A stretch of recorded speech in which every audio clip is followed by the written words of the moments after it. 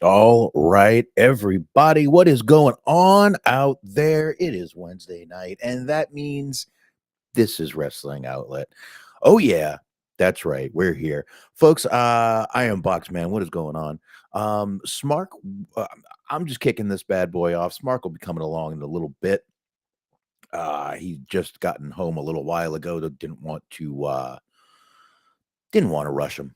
So didn't want to do that. So I didn't. So he's going to be coming along in just a little while. Don't worry. You don't have to just deal with me tonight. I know it's always a pain to just deal with me. I get it. I get it. But Smark will be along very soon. So anyway, there's a ton going on, obviously, with wrestling. This Sunday, excuse me, we've got AEW Forbidden Door coming up. That's going to be in London. Dynamite was in Scotland. Also have Heat Wave coming up, but they're not really going to coincide at all because you got AEW going to start at 1 o'clock in the afternoon Eastern because of where they are over in London. And then you got Heat Wave, which I believe is starting at 7 Eastern. So unless Tony Khan decides to do some fucking shitty kind of marathon of a show over 24 hours, then I don't know.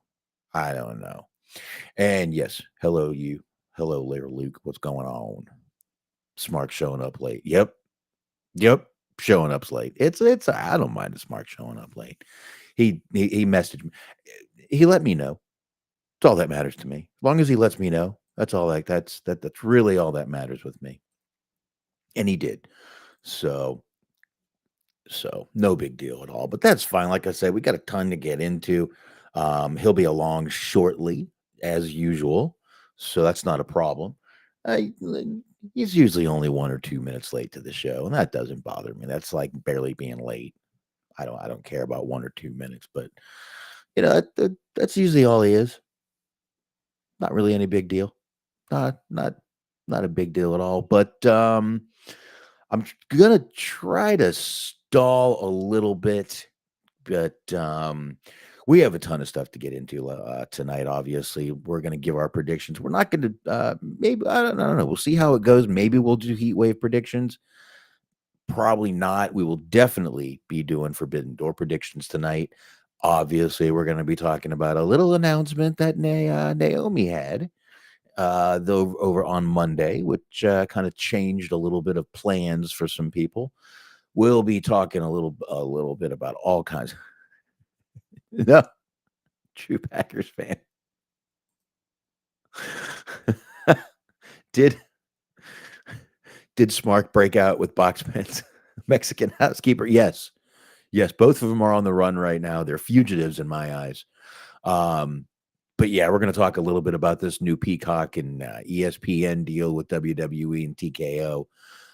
Talking a little bit about AEW trademarks. Even going to talk a little bit about Natalia, Natty. Going to be good stuff. And we even get to talk a little bit of Power Slap tonight. That's going to be all that's always a good time. We know that's always a good time. Because Power Slap is just so awesome. I don't know, man. I don't know how anybody actually is still doing this shit. See if Smart is late again as tits. Oh, that's right. You got Totally Inappropriate Team Sports returning this Tuesday, 8:30 p.m. Eastern. There you go, right on the YouTube channel for Totally Inappropriate Team Sports. Y'all need to check that shit out. Don't forget. Smart will definitely mention it at the end of the show. But hey, let's bring it up at the beginning. What's the fucking difference? I like it. So if you are not subscribed to the Totally Inappropriate Team Sports YouTube channel, get the fuck over there and subscribe right now. You have till Tuesday to do it, or I'm sending my housekeeper after you. And no, Luke, the slap shit has not been canceled. Dana White is actively looking for new people to do this. So no, it has not been canceled. They're saying these guys are coming up with like worse damage than CTE and all kinds of stuff. No shit. You know what this is gonna fucking do to people? You can't train for this. What are you just gonna get knocked on your ass? Where was I when Hulk Hogan died? I'll be talking a little bit about that too. We'll get into the the Hulk Hogan stuff. I was in Texas. I don't leave. I was probably actually I was here. I was at my house. I was here. I was right here. Right here. Right here. We also, speaking of, I don't really like to get into too many deaths, and this is a movie one, but Terrence Stamp, that one hurt, man. Terrence Stamp is in a couple. I mean, Superman 2. Actually, I watched that last night. I'm actually watching the Supermans. I watched the Spider-Mans over the weekend. So, but Terrence Stamp, who also played John Tunsil in Young Guns. I mean, wasn't in there very long, but he was in that movie. That's what started the whole Lincoln War, was the death of John Tunsil. So, but yeah, Terrence Stamp passed away a few days ago. That's really that one hurt me. There's a few, he's done many more movies, but those are probably two of the parts that a lot of people remember him for, was General Zod in Superman 2 and John Tunstall in Young Guns. So that one kind of hurt. That one kind of hurt. So I don't know. I don't know. Yeah, got the chat room talking about how dangerous the listen, let me tell you what, guys, there's a fine line between dangerous and stupid. Okay? Just like my father always told me, there's a very fine line between bravery and stupidity. He also told me I crossed it a lot. But anyway, there's also a very fine line between dangerous and stupid. I really feel that this is more on the stupid side. Yeah, we got some great material out of the stupidity of it over the course of a couple of months. If you guys remember, I was even watching it as we were doing the show for a while when that was years ago. That was, my God, I think that was when I lived in Carrollton. That was 2 houses ago. But it's just, and and Luke's got a great point right here. It's not a palm slap, but it's a wrist. It's an open-handed punch. It's basically, I mean, it's a hard slap. And no, there is no defense. You just have to sit there and fucking take it. And dude, I saw the video. One girl changed races. One girl hit her so hard. She turned Asian. How the fuck can you turn Asian? It's crazy. Never seen anybody, and I'm not fucking around. This happened. I saw the video. Goddamn it! Look, AI is a bitch. AI has given us some really, really bad yet really good stuff. I love the Bigfoot, Yeti, all those videos. I think they're fucking hilarious. The guy that started doing those did those right at the right time. There's a bunch of people doing them now. There's the Pleasant Mart videos. They're hilarious. There's I love the newborn babies talking shit about their parents. AI has been uh, if I knew it was only going to stick to the fun cutesy stuff, I'd be like, this is great. But guys, we've all seen Terminator 2. I think we all know where this is going. I mean, AI Skynet is eventually going to go live. I don't know what's going to happen then. I don't know. Hopefully Robert Patrick is still, hopefully he'll be on our side this time. The guy's still fucking out there kicking ass, riding motorcycles. If you don't follow Robert Patrick on Facebook, you should. He's really a good guy. Just motorcycle riding, down to earth dude, hangs out with all these people every fucking weekend. But yeah, this AI shit is definitely, there's some fun stuff, like I mentioned, there's some really funny stuff going on, but there's also some really, really bad stuff that's honestly, we're going to have to pretty much question every fucking video, guys. Honestly, you're going to have to start questioning every video. I'm not trying to sound like some conspiracy theorist, but I'm sorry if you're not there live and see it with your own eyes. I'm gonna be questioning every video I see. It's just we just don't know what's real anymore. And no, I don't really think Bigfoot is out in the woods making videos, or the Yeti, or the Loch Ness monster, or anybody. I don't know. That's not what I'm talking about. Those videos are fucking great, and I hope they can continue. They're awesome. All those videos. They're fun, or what they are. But AI, man, AI is gonna fuck some shit up. I'm telling you.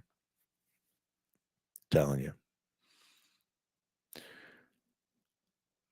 It, wait, what does that say? True to a package fan. Wait, so that song "Turning Japanese" was not about self-love, but the girls from Jersey Shore. Snooki is undefeated at WrestleMania. That's right, folks. She sure is. She wasn't bad at WrestleMania. I always thought she was kind of cute. She's not hot, but she's a cute little thing. Look, she's done pretty well for herself, folks. She's got I think she has a perfume line. I think she has an apparel line. I, I I think she's done very well for herself out of that crowd. I don't know what any of the other ones are up to. I don't know what the situation is up to. I don't know what any of those guys are up to at all. I don't see anything from any of them except she's the only one that kind of was thinking beyond the show. All the others were just trying to take their money. I don't know. Pauly D still DJing? I have no clue. I don't have a clue. So don't know, man. I don't fucking know, but I don't know. This AI shit's all over the place though. And yeah, that is crazy to think about it. How Snooki is still undefeated at WrestleMania. But then again, so is Michael Cole. Dude, Nicholas. Nicholas is undefeated at WrestleMania. Okay. I mean, we could get a list of people who are undefeated at WrestleMania, and it's ridiculous. We really could. Let me turn my phone on vibrate here so we're not getting messages coming through sounding like Meltzer over here. Hold on, I'm gonna get my phone, But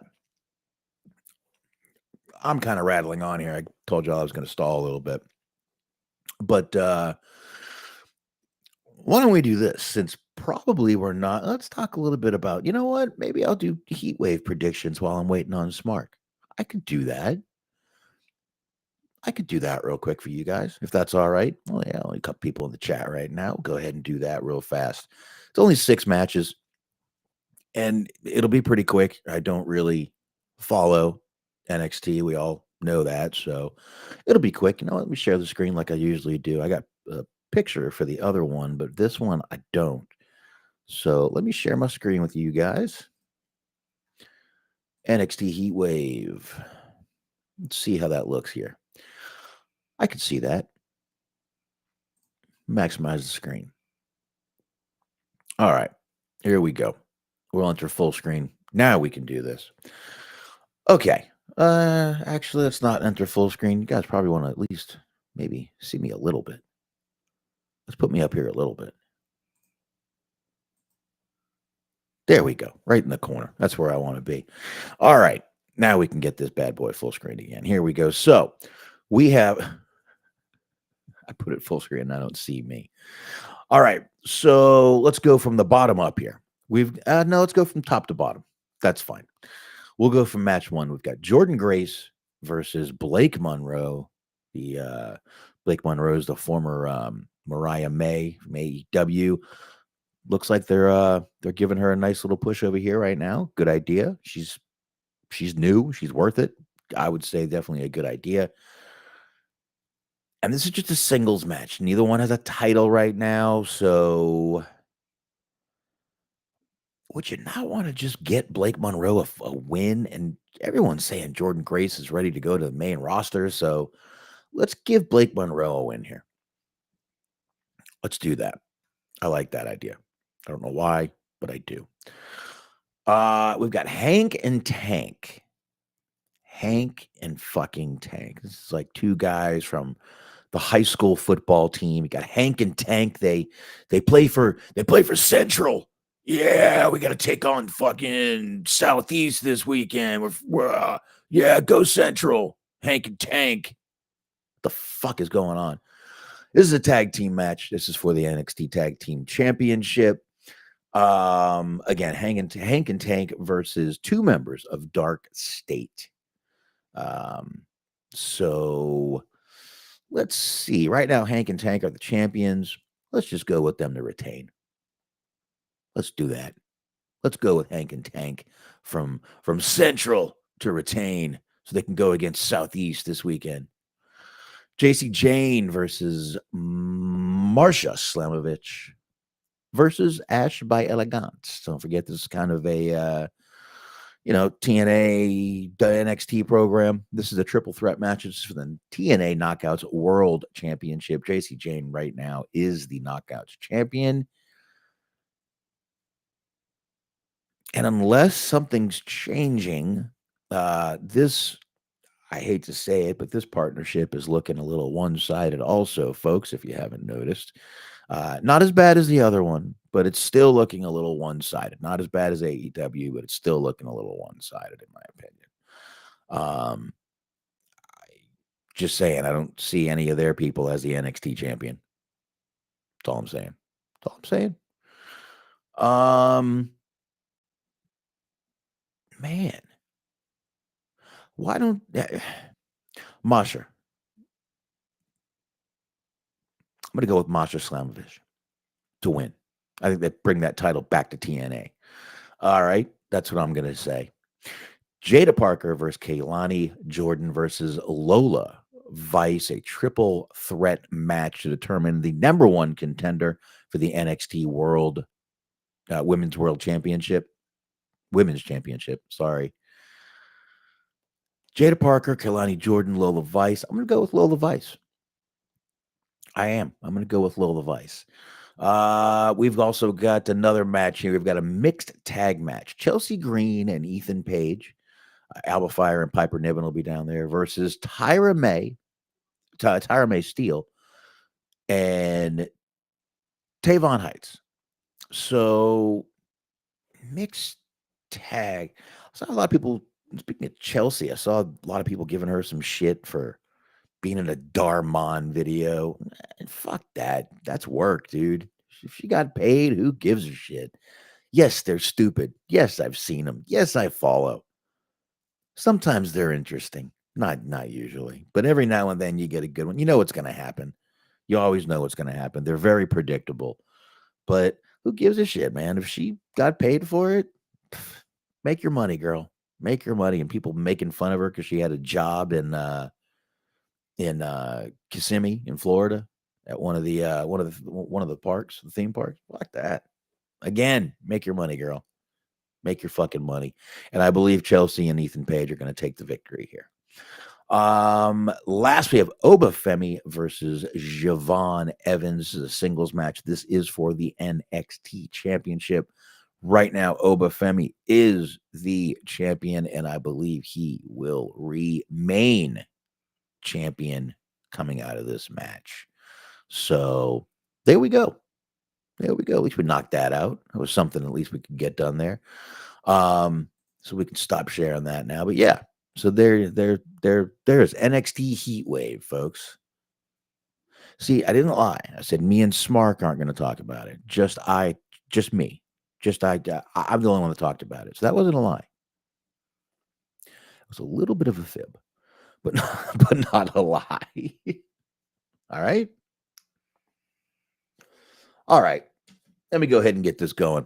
Get a few things here. So anyway, I got a quick video to play you guys. A couple of days ago, this thing came out. Actually, it was a few days ago. This thing came out. It was August 16th. And I guess Mandy Rose now has a new podcast with some dude, and it's called Power Alphas, or she was on the Power Alphas podcast. I think it's her podcast. It's a video podcast, of course, because it's Mandy Rose. Should be a video podcast. Absolutely. But she just kind of casually starts talking about this herpes outbreak in NXT. Like it's no big deal. Here we go. Oh, hold on. It didn't pull up. Here we go. It's going We to had have to to clean upload the for a rings in second. NXT because there was like a Oh my herpes gosh, outbreak, remember guys. that? I don't even know if everyone knows that one. Please don't even talk about that. I'm in the ring. Remember Daria You were had like, the "We made Ninja it. Turtles We thing made on it. the We made it vacuum. clean." We made it. But this is the beautiful thing too is Herpes outbreak. Y'all, NXT was nasty. They were just back in the day. I'm sorry, I don't know who that is in the video. Bro, NXT was nasty. They were just fucking and jizzing on belts and herpes going around. Bro, NXT was a fucking brothel. I mean, back in the day. Or the not even NXT, the training the training. Well, this was in NXT. Bro. NXT is nasty. I mean, I get it. You got a lot of people in there. You got a lot of sweat going around and, probably some staph infection here and there. But yeah, you probably want to keep that shit clean as fuck. That's gross, man. That's nasty. I just how casual she's talking about it, like it was a joke. And the guy's like, oh, don't remind me. Don't even talk about that. We got through it. We made it. It's like, oh, God. Jesus. Still fucking gross. Even if you made it through, it's still nasty. Just nasty. So anyway, I didn't really want to spend too much time on that. But this we can spend a little bit of time on. Why not? Naomi made an announcement on Raw this why did I just do that? Made an announcement on Raw this weekend. Oh, I'm sorry, this Monday, because that's when Raw is on. That's when she made the announcement, because that's when Raw is on. Sorry, Luke. He came back from taking a piss, and I was talking about jizzing on belts. I'm just saying, man. Yeah, you just listen back for context. just listen for context later. Don't worry about it. So there we go. Sorry, guys. Sorry. Naomi was on Raw. She made an announcement on Raw that she was pregnant. Now, she got pulled from a match last Monday. Everybody started running rampant with speculations. Oh my God, she must be pregnant. She must be pregnant. And as True North Package fan says, if Cheese had only jizzed on belts, he would have less kids. It's very true. It's very true. That's heartfelt too. I can tell by the way you typed it. It was heartfelt, and he'll appreciate that. He will. He'll appreciate it.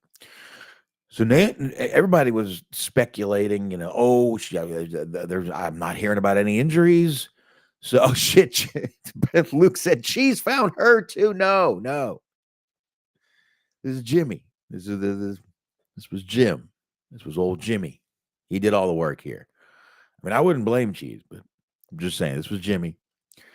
I'm sure he had fun trying to make these kids. I get it. I do. I understand. But anyway, she made the announcement that she was pregnant. And again, once she was pulled off the show last Monday, everybody started getting rumors. I don't hear she's hurt. I don't hear about anything going on. I know what it is. She's pregnant. She's got to be pregnant. And she did make the announcement she was. She even said that, her and Jimmy didn't think it was possible. She's had some fertility issues in her past, had some things where they did not think this would ever be possible. So this is kind of a miracle for them. And this is great for them. I think it's pretty cool. Now, yeah, she's kind of at the height of her run right now. Kind of, you might even want to say the height of her popularity right now. She is over with the crowd.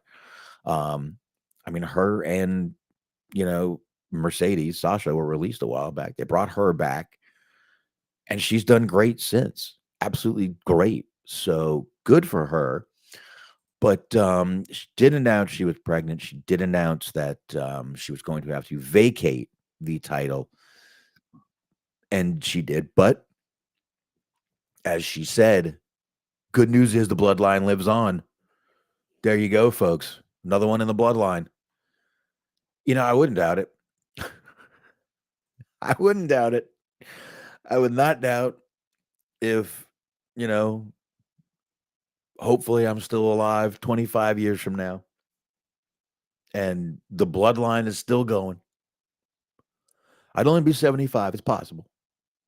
It's possible.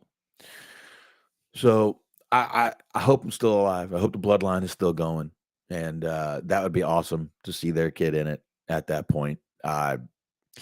Listen, who knows what's going to happen between then and then and now, but I'm just saying it would be pretty cool to have that happen. But this was really a great thing, like I said, especially since they didn't think that this was going to happen. It was a good moment on Raw. And I think Naomi even went on Stephanie's podcast. And of course, a lot of people were pissed at Naomi because that is what happens now. You can't even get pregnant and have people just say congratulations. No. You can't have that. Can't do that. Can't do that shit. No, she had to get ridiculed for it. Oh, what? Bad timing. This Becky jumped on there. How irresponsible getting pregnant as champion. Becky did the exact same thing during the COVID era, if you guys remember. But probably the funniest response was from Papa-in-law, old father-in-law. That's right. Rikishi probably had the funniest response to this whole thing. Rikishi, right after she announced it, he went on the Samoan Stinker Pod and said, "It's a little irresponsible. Back in my day, guys didn't get pregnant when they had the strap. Times change, I guess."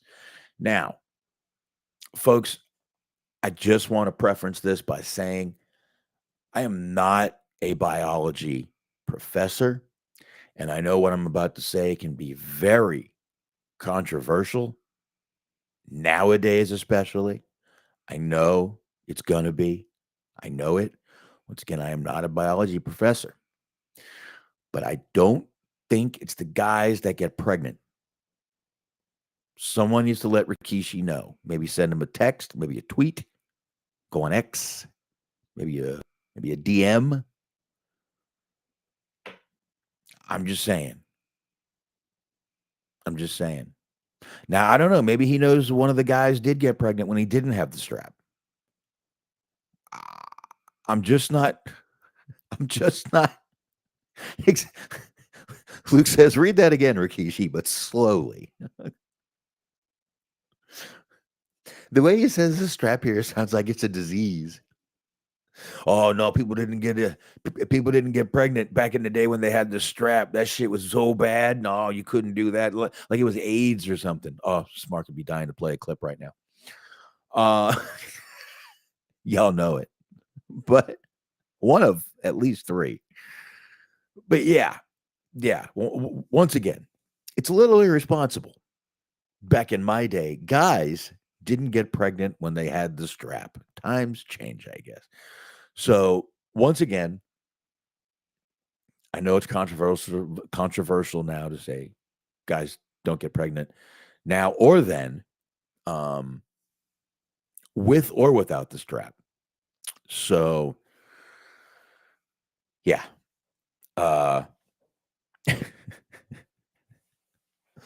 I know everybody's probably made this joke to Rikishi all this week. So it was just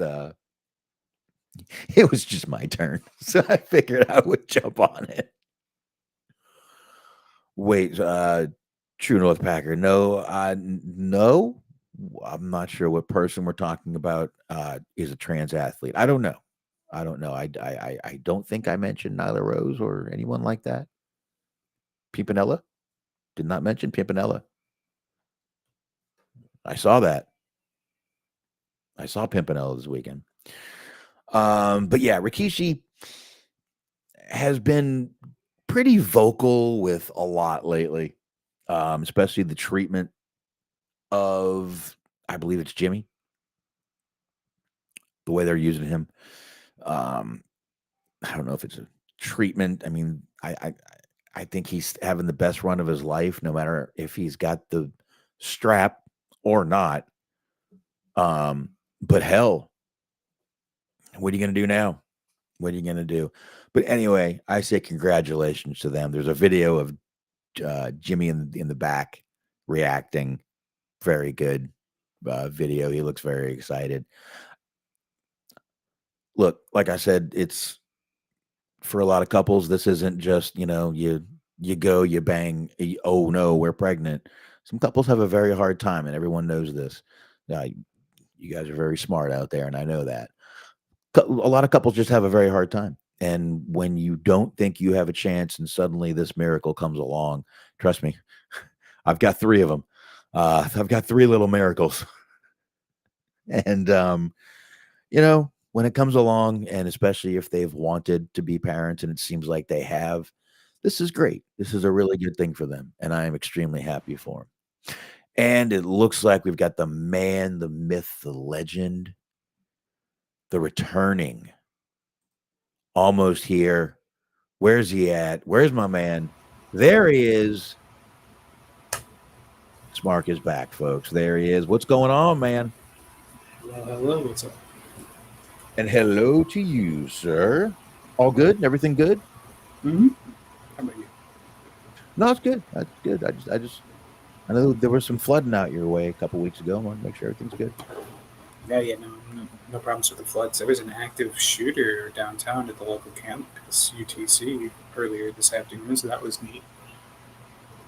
Were you near there? Yeah, actually, I have to go past there to go to the gym that I go to. So it's right past the campus.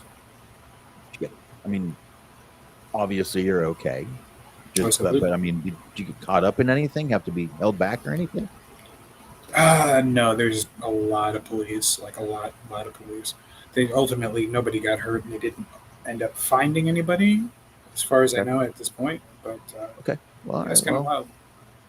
Good, no one got hurt. Bad, they didn't find anybody.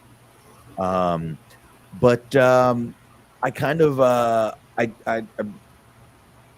was kind of trying to stall, so I knocked out predictions for NXT Heatwave coming up this Sunday. And I just talked about Naomi and Jay, their little announcement on that Naomi is pregnant. So just talked about that. And I was just... Trying says, wow, Smark is early by Tit standards. It's right. I'm getting into season form, showing up an hour late. 36 minutes, sir. Don't beat yourself up. Well, see, we start at 8:30, so it'd actually be an hour and a half or so. So I'm warming up. An hour late if we were to start at 8:30, my time at least. All right, well, you're good. You're good. I misheard that was neat as that was me. Like I said, they have not found anybody yet.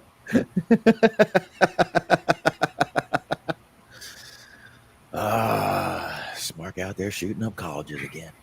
And I also talked about Mandy Rose discussing the wonderful herpes outbreak that was a couple years ago in NXT. Are we blaming Johnny Ace for that, or no? I don't know. My comment was NXT was like a fucking brothel, dude. They were just fucking sucking, jizzing on belts and spreading herpes everywhere. Dude, it was a fucking bunny ranch. That's pretty neat. NXT the Bunny Ranch episode. I'm down for it. They actually bring out the guy from the fucking HBO special. He's like just that big, fat, like balding white guy. He was like 60 years old. I believe that guy is dead. Doesn't surprise me. Motherfucker looked like Larry Flint. Like he looked like shit 20 years ago. He absolutely has to be dead now. I don't think I'm killing him. I believe he's actually did pass away. I believe so. R.I.P. to a real one? Question mark. Sure.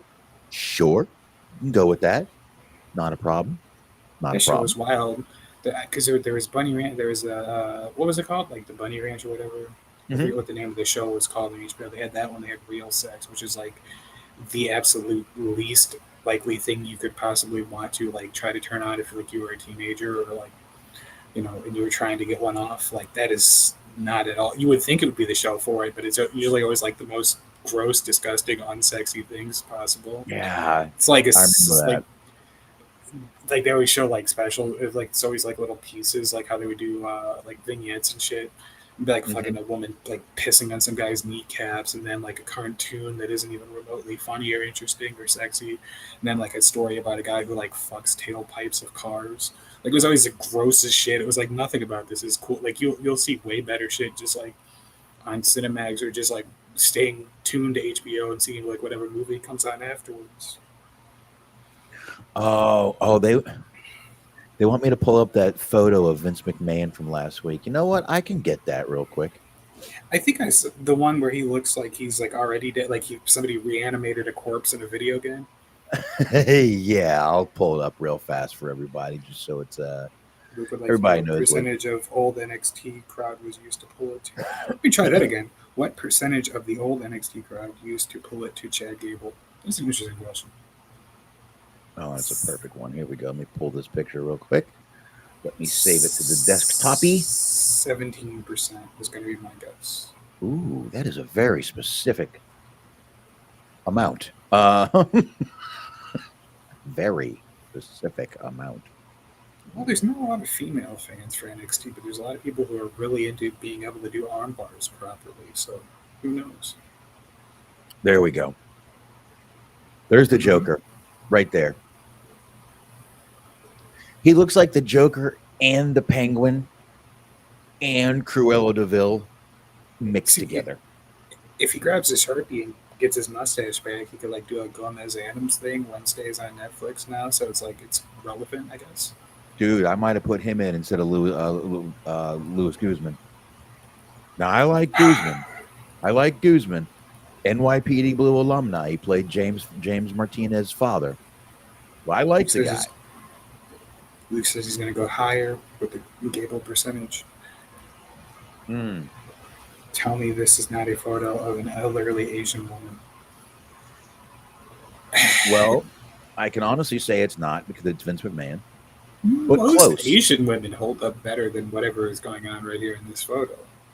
And you know, I saw a lot of people fucking making fun of his tie. Fuck all of you. I love the fucking tie. I mean, the pattern's fine. I'm partial to the navy and the orange, but what's with this big ass like red at the beginning at the top there? Well, red goes with the he's got the navy jacket on and the light blue shirt.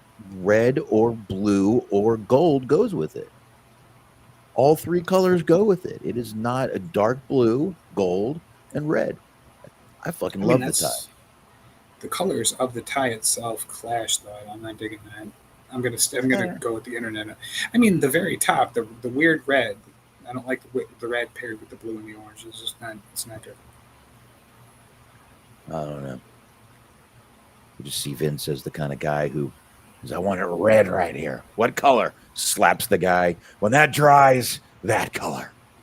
This isn't saying 500 miles clear of all Wednesday spoilers. You don't have to worry. I haven't seen the first season, let alone the current one. No, I haven't either, honestly. So you're pretty good. Pretty good. But yeah, that was I talked about this picture last week, and and don't worry, we've got a little bit of Hulk Hogan stuff to get into tonight. Nothing horrible. Well, possibly horrible. But let me just preference it with Hulk didn't do anything this time. I don't believe that. Luke says a staggered release. BS is trash. What do you think about that? As somebody that watches more TV than I do, we've basically gotten to the point now where even on the fucking streaming services, they're just recreating the normal TV experience. Where it's like we're going to give you as many commercials as possible, and also we're going to put shows out on a weekly basis instead of all at once, like people actually enjoy. I hate it because I'll be honest. There's one show that there was a movie. There's a studio called Angel Studios. I know a lot of people are fucking going, "Oh God, here we go." Sounds like porn, but go ahead. It is not. There are actually a lot of very faith-based movies. You know what I'm talking about. But there's one movie called Homestead, where it's kind of a nuclear bomb goes off in California, and they go to this one guy's mansion and farm and ranch house to live, and they're trying to make it work. That was the movie. Well, from the movie spawned a TV show, and they've put out 2 episodes, and the last episode they put out was in fucking February. There's supposed to be, 8 more episodes, and I'm still fucking waiting, and it pisses me off. Now, if I only had to wait a week, maybe I'd be able to deal with it because look, I'm fucking, I'm a Gen X guy. I've dealt with the week of waiting before, but I'll be damned if I'm fucking still sitting here with that shit. Mm-hmm. So, and honestly, this is the only movie. It's a really good movie. It really is, and it does have one NYPD Blue alumni in it. Curry Graham shows up in the movie, and he was Captain Bale from the last season, season 12. So, but Neil McDonough is in it. Neil McDonough's in it. So she says, I seen that bitch gambling at a casino while blowing through a pack of cigarettes and then driving poorly afterwards. He's referencing Asian Vince. Vince, yeah, probably. He also hit all 3 He hit 3 stereotypes in less than 5 sentences. I just want you to point that out. Well, he's gearing up towards regular season formats. Well. Sort of a big part of what we do. It's like sports gambling and then racism. It's basically it caters to a very specific corner of the internet. Hey, if racing is a sport, then so is racism. So. Now that is an interesting idea. What the fuck did I just say? I'm not sure how you could turn racism into a competitive. Well, actually, without anybody getting hurt, I guess I should say. It actually used to be a competitive sports, Smark. Well, yeah, okay. I was trying to come up with a more whimsical idea of just like how you could I don't know, whoever could say the most racial slurs in 3 minutes wins or something. I don't know. You could do something. There's something there. I got enough shit in my life. Norab wants to know, did I watch Commando? Of course I've seen fucking Commando. Alyssa Milano before she was who she was, and Arnold. And that movie, another NYPD Blue alumni. The guy who played the bad guy was in an episode called NYPD Lou and a couple others also in the first season. Okay, I figured it out. What? Here's what we do. Okay. Is what we how they have those games at the carnivals where you spray water, a water gun at a little target and it makes a horse go, and you're supposed to whoever gets the horse to the finish line first wins. Or the balloon. Instead of using a water gun, it's a microphone. And you just yell slurs into it. And whoever can get their horse to get to the finish line first wins. You can still keep the game at carnivals because most carnivals are they're gone at the state fair and shit. Still a lot of racism there. You'll be able to have plenty of paying customers. Nora wants to know, will you guys talk about the scuttlebutt? Of course. Of course we're going to talk about the scuttlebutt. Oh, there's actually more. Never mind. Between Cora Jade and this Alexis Latte. Oh, I didn't know there was scuttlebutt. Listen, unless you're going to tell me there's a fucking video that I need to watch, I don't care. It's going crazy with lawyer talk. Yeah, apparently somebody's getting sued. Oh shit. Who is Alexis Lete? Do you get disqualified if you get shot before yelling the N-word? No, you're instant winner. Well, I don't know if we go instant winner because that becomes a cheat code because then everybody just yells it all at once, and then you go from like creating an offset sport to just going back to it being a NASCAR race, which is what I'm trying. I'm trying to put some space between. Yeah, Bubba Wallace doesn't like NASCAR being as white as it is. I never knew NASCAR was white, but anyway, I guess it is. I mean, mostly the sport part of it is if you go to downtown Detroit, scream the N word, and see how far you make it before you get shot. That's actually that should be a movie. It's like The Purge, but like for racists. This seems vaguely like the part in Die Hard with a Vengeance where Bruce Willis had to wear a sandwich board with the N-word on it. I suppose. There's shades of this, is all I'm saying. I mean, I give credit to whoever wrote that movie to like actually figure out a canonical way to describe what Bruce Willis just showed up to set wearing. It's like, all right, we'll figure out a way to write a scene around this, I guess. Or it says Bruce, what are we gonna do with this? Oh, you know what? I got an idea. Tell you what, it's a lot harder to write around like the stuff that Mel Gibson does. Like Bruce Willis, at least he kind of threw him a little bit of a softball. I don't know. Nowadays, I don't know. The rant Mel Gibson went on years ago, nowadays, he would be considered a fucking hero. I suppose. I mean, the guy went on a completely anti-Semitic rant. Now, in 2025, this guy would be getting a fucking medal right now. See, Cheese was thinking it was the Die Hard comparison too. I shouldn't be giving this girl an ounce more of my energy, but this will be the one and only time I speak on this. And if you know, this girl came into the PC and immediately had heat with everyone for being disrespectful on more than one occasion. I texted this girl trying to help before her heat got worse. That had already traveled up to the main roster before she even had a match. There we go. Yeah, I had to scroll down. It was a cliffhanger. I'll go ahead and post the screenshots myself. She chose to basically tell me to fuck off and then continue to get heat for multiple weeks, only until multiple main roster, not disqualified, but you get a 0. That's if you shout the N-word. Talent members spoke to her as well. She decided to come up to me and apologize. I told her I appreciate the apology. I'm drooling on myself. That's not fun, but I don't respect how she handles things and the way she disrespects. She's okay. I got to tap out here. This just keeps going. The way she disrespects pro wrestling. I came from indie wrestling, absolutely loved wrestling, and was trying to carry on the love and respect that was there when I got there in black and gold. There's absolutely no respect for wrestling with people like this, and it's not my job to care about anymore, which is exactly what is wrong with this entire place in general. I spoke to her maybe 5 times total.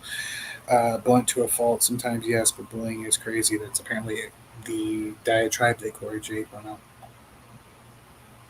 So she's saying Alexa Bliss is bullied her back then? Apparently. Okay. I mean, if you get bullied by somebody who's 4 feet tall and 23 pounds, it's kind of on you, not so much on her. Yeah, I mean, I get it. I mean, you don't want to lose your job either by punching someone who's like, because they probably always liked Alexa Bliss. Let's face it, she's a cute little girl. She's adorable. She's hot. So they probably always liked her. I don't like the way those adjectives, the order in which those adjectives were thrown around. I'm sorry. I should have just went with she's hot right away. Mm-hmm. Started to sound like a little bit of more of it's more of a Memphis wrestling situation than an NXT situation. Well, when she started, it's like, oh no. Well, I never said little girl. I never said that. You actually called her 4 feet. You called her little. I mean, she is from a size wise. Okay. Oh, Alexis Leet was a former PC recruit who joined because she thought it was fake. But great reason to join. Why would they even take her? But anyway, great. She claimed a while back that she got bullied by Cora Jade and Roxanne.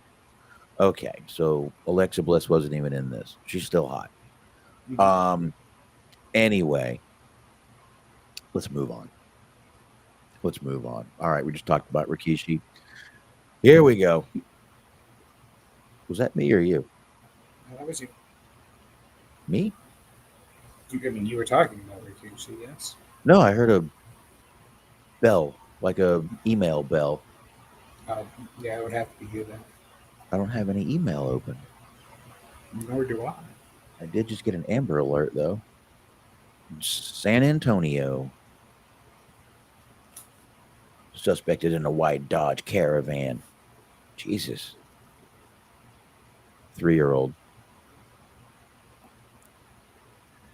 I hate getting Amber Alerts. I'm tempted to turn them off sometimes, but I don't. But anywho, since we're talking about hot, let's get into something real quick, Smark. It was a picture taken over the weekend of Triple H and Stephanie in Greece. And man, some people were happy about it. This poor guy was very, very upset about it. This Mr. I Beast did not like. I'm not sure if he was talking about both of these characters or just one, or like I said, there was a photo of Triple H. Triple H is looking. I wouldn't say he's looking out of shape, but I wouldn't say he's in wrestling shape. Perhaps between cycles. Nah. I mean, he's not sitting there with fucking beer belly and and shit. He looks like a fucking over 50-year-old man with a fucking pacemaker. Looks better than most. And then there was a picture of Stephanie. You see the picture of Stephanie right there. That boob job is getting a little. She looks like her headlights need to be adjusted. I'll just put it that way. It's been that way for a minute, to be fair. Headlights probably need to be adjusted. Plus, she has her arms up. She has her arms out on her head, like she's about to be arrested, but she's not. Maybe, but she's in a bikini, looking. I mean, a mother of 3. Let's remember that. I think she looks pretty damn good for a mother of 3. Not iBeast. iBeast says, and I quote, "No chest, titties are tightened in, belly hanging, no dick print as shown, as he's not wearing any underwear," which leads me to believe it is a 3, maybe 4-incher, and of course, bald. Now, the way he worded this, I'm not sure if he's telling us that Triple H's 3 or 4-incher is bald, or he's bald. He never said anything. He just goes right from the dick to bald. Also, why are you staring at his dick, man? Did you fucking zoom in on that shit? iBeast needs. Jesus, go ahead, Smark. I'm sorry. She says, Buck says, little girl, and then she's hot, and then there's an Amber Alert. That's in San Antone, man. That's in San Antone. That's way away from me. So I do believe that he's. I'm suggesting here that he's saying on top of everything that he's bald. So he's like, he's got no chest. I don't know what titties are tightened in means, but that seems like that would actually be a good thing. Like they're not like sag and droop, and he doesn't have a case of the man boobs, belly hanging. Yeah, okay, sure. Dick print, small dick. He's saying that he's bald on top of everything, but I would also be led to believe that if he has a 3 or 4 inch penis, that he would also be bald because he's not trying to have like a bush there to like for it to get lost in. He's trying to like make it look a little bit bigger by like get rid of the accessory around it. You do, yeah. you gain an inch. What they say. Mm. By the way, I don't see a belly hanging. I don't see 6-pack abs, but I don't see. This isn't fucking John Daly. You know who that is? That was probably a bad reference. No, he's a hero. Golfer, alcoholic. Okay, he was just in Happy Gilmore too. I threw that out. I just want to make sure we were on the same page here. I made a show graphic for Tits with John Daly smoking a cigarette and like having like hard nipples, and I sent it Cheese's way, and he did not approve. I felt like you'd be a good mascot for what it is that we represent. I think if Cheese doesn't approve something you did, you might need to really take a look at what you're doing. You're running up the flagpole, you see what happens. Luke says, was it him or HBK who almost died of an advanced heart failure? It was Triple H. Triple H. The lad right here with the 3-inch penis, allegedly. The guy that almost had the fucking Widowmaker. Like I said, dude, he's not fucking, no, he doesn't have fucking 6-pack abs. But like I said, he doesn't look like fucking John. It doesn't look like fucking John Daly. He doesn't look like that. He looks like doesn't look like fucking Jack Black. Everyone fucking I don't get the hate. This guy must be mad that the company was with the with the president. Jesus, right here, of course. President. He was with the president. Sports hero. He is. John Daly's among one of my athlete Mount Rushmore. Be John Daly, be Dennis Rodman. The Dennis Rodman. The Dennis Rodman, of course. Yeah, I'm trying to think of who the other three would be. Fucking, not necessarily an athlete himself, but Tom Brennan, who was a sports broadcaster for the Reds, who said some really cool shit. Really? I don't know who yeah. Oh yeah, he said some very interesting things. They're very interesting. He did some a tourism ad for San Francisco, as it were. All right, here I'm just looking at what he sent me right now. He sent it to my other. I can't get into this account from a computer, so I can't. Dude, geez, John Daly is one of my fucking sports heroes, and I'm not even a fucking sports fan. Fucking love that guy. That guy has been taking shit from people for fucking years, and he's just like, fuck all of you. I am what I am. So there's a video and everything on all this, folks. So I've got it. And she was claiming Cora Jade, Solo, Sakoma, and the Northern American title. Pretend you watched the product. There's a ton of shit going on here. But I am not, dude. Are you sure that's not your messenger? No, I don't. Oh, he sent it. Oh, he sent it to my other account. That guy is fucking good. Wait, he sent it to. Thank you, Nora. Thank you. I'll pull these up. Give me a minute here. Let me pull up that video real quick. I guess we can play it. It's an interview. It's not a. Hold on a minute. Let me get it loaded up here on X. Okay. So volume. That'll make it full screen. See if I can. I don't know if you're gonna be able to. All right, just let me share the screen. Fuck it. I hope this is worth it. I hope this is worth it.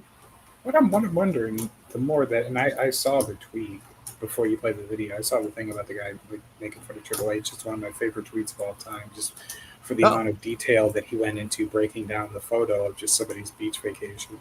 What I do wonder is, like, okay, if everything else, like the bald thing, he's allegedly fat, and all this shit, out of shape, all this nonsense, the tight titties or whatever the fuck it was that he said, like, does that become nullified if, like, you just look down and he's, like, packing, like, a fucking Too Cold Scorpio-sized dong? Like, he's like, all right, well, never mind. He's got, like, fucking, he's got 13 in there. I don't know, but why are you looking at his dick, dude? That's the whole question. This motherfucker must have zoomed in on this dude's dick. Stephanie's big old titties are right there, and you're zooming in on a dude's cock. Come on, man. I mean, it is wrestling. Well, you're right. AJ Styles does have a big following in the gay community. Okay.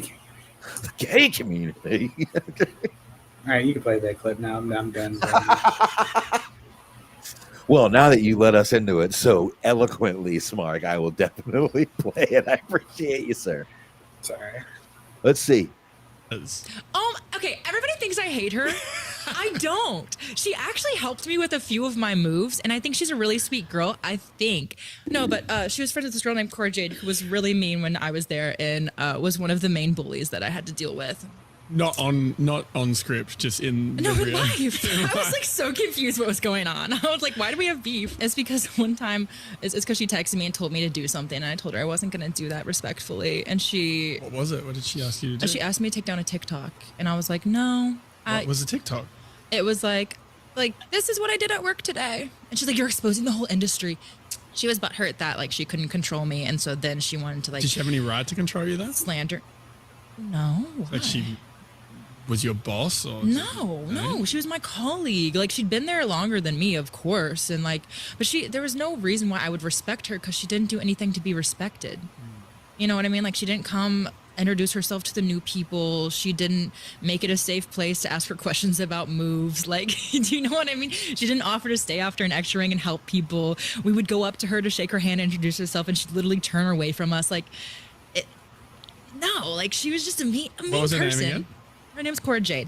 Cora Jade. Cora Jade. Yes. Cora. So Roxanne was friends with her, and by association, Roxanne. She looks mean. She was. She was really She looks kind of mean. And by association, I think Roxanne felt like she couldn't be nice to me anymore. And so pretty much when Roxanne's killing it. She won some titles and shit. Yeah, no, she's such a sweet human. Also, crazy thing. The guy I was dating there. You dated a wrestler? Yeah. Now dates her. Is that a red flag? Okay. There's so many things wrong with that clip that I would have to watch it like 8 more times to be able to properly dissect it. We're going to start off with the most obvious. That fucking wheezing laugh thing already makes me want to hate her anyway. Yeah, that is bad. The whole thing is just... Yep. Actually, True North very succinctly broke it down. Her voice makes me gay. Oh my God. Awfulness. And then I guess it was a tweet between Roxanne and Cora Jade. She doesn't work for us anymore. LOL. Roxanne says. Cora Jade says, whoa, maybe I do like you, Roxanne. I don't know. Okay. And So, that other tweet I was reading earlier. And then there's another one he put down here. Oh my God, a YouTube. Oh, this is Ringside News. I will not play their video. I'm sorry. Nope. I'm sorry, Norab. I apologize. I'm not playing it. Nope. If you can find that video somewhere. All right, it's on YouTube. I guess we can play it. Let me see how long it is first. Let me go from there. You fumbled the bag because if you're having him click links, you really miss the opportunity to slide a stuttering giant clip in there. But that's neither here nor there. I did what? I was telling Norad that he missed an opportunity because you're actually clicking the link. So like now would have been a great time to slide a stuttering John clip in. She says if his dick is big, all it's forgiven. It's the Jerry Jones approach. That is for true. Oh, Packers fan who said her voice makes me gay. That's kind of how I feel about Jenny McCarthy. So I understand what you're saying, but there's nothing wrong with that, by the way. There's nothing wrong with that. So this is another minute. This is another minute and a half. This is the same girl who sounds very Valley Girl. Oh my God, it's just a mean girl. I mean, it's just like ew. Like oh my God. I mean, she came in and she's trying to shake her hand. She just turned around and she goes around here. It's like I don't know what to do. I mean, oh my God, I'm just gonna have to get on the highway and like barf or something. You said a highway, and for some reason I thought you were going to say hotline. Like, oh my God, I gotta call the Mean Gene hotline. I gotta get the dish on where the stinger's going. Isn't there a hotline for that? I mean, oh my God. I mean, whatever. Anyway, this girl Cara, she like, I don't know. I've complained about this before. Like, I hate the idea that they're making this seem like you really have to pay your dues and work hard and bust your ass, and like it's a prestigious thing to be a part of their company when they just bring in like fucking Jelly Roll and fucking just basketball players and fucking Logan Paul, just any fucking YouTuber that's got more than like 4,000 or 4 million followers. So like, okay, yeah, no, it's no longer a prestigious thing. You worked hard to break down those walls. But the idea that she thinks that fucking like wrestlers that have been there for a minute should go and introduce themselves to the new people is fucking ridiculous too. Where it's like, no, you should introduce yourself to them. You started working there. Like, you don't have to, like, I'm not down with the whole idea of like the Booker T thing where like getting people like blackballed for not fucking shaking his hand. But like, yeah, you should, if you start a job, you should go, it should be on you to go introduce yourself to your colleagues. They shouldn't be expected to like cater to you. I get it. The new people go say hi to the older people. You know, I get it. But yeah, it is a little. And by the way, let me just say, chat room. Thanks everybody for coming on in, joining us. I mean, I get it, but perfect example, the Booker T still hates the Young Bucks after all these years. I think it's the Young Bucks, right? Mm-hmm. Yeah, there was a TNA thing, but they were Generation E. They didn't shake his hand, and he like tried to get him forward. Exactly, and they didn't last that long at that company anyway. But I mean, I do get coming into the veteran people and paying respect. Any job, that's what you do. You listen to the person who's been there for 20 years, 15 years, 5 years. You listen to those people. They know the game. They know the system. Most of them know well, I hate to say this about NXT, but the ins and outs, if you will. Fucking brothel. Goddamn NXT brothel. Brothel NXT. They treated me like shit. So what I did was I just spread hepatitis throughout the locker room. Then they had to like clean the ropes, and it was so. Mandy Rose was pissed. Okay. She was so pissed. So I gave everybody HPV. That was pretty cool. I just sort of rubbed myself against the ropes, and it was a real fun time. Luckily, the herpes covered up the crabs. I don't know. A mean girl. She Yes, seems the- like she 110% brought all of this on herself. Like she just seems like just in a tight. You can't necessarily judge somebody's personality based on a 1 minute clip, but she does seem like she's just absolutely fucking obnoxious. Well, this video I'll play the fucking minute and a half video. It's from a year ago, folks, so I don't know why we're talking about this now. Seriously, Cora Jade is gone. Roxanne Perez is doing great. Anyway, let's waste a minute and a half of our life. Let me share the screen. I've got a minute and a half of my life to spare, I think. I hit the wrong button. I apologize. I'm stupid. Yeah. No, I'm just stupid. I mean, I know I am, so that's not a big deal. But anyway, here we go.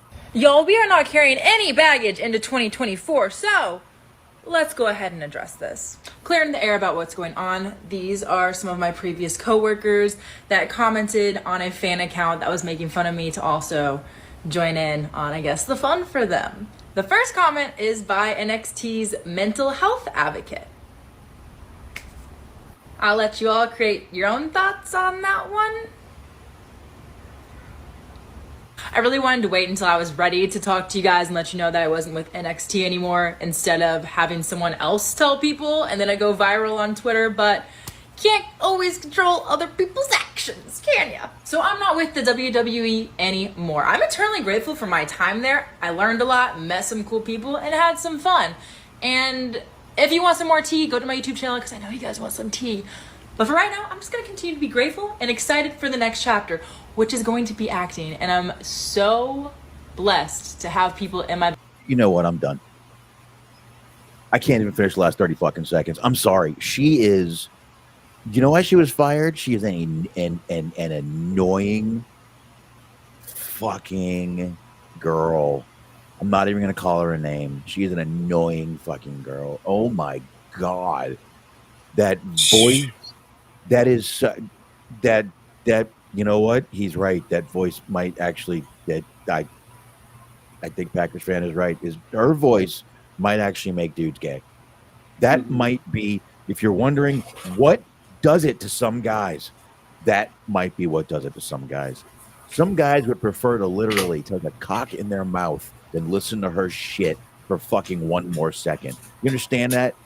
I get it. Please go ahead, Smark. What were you going to say?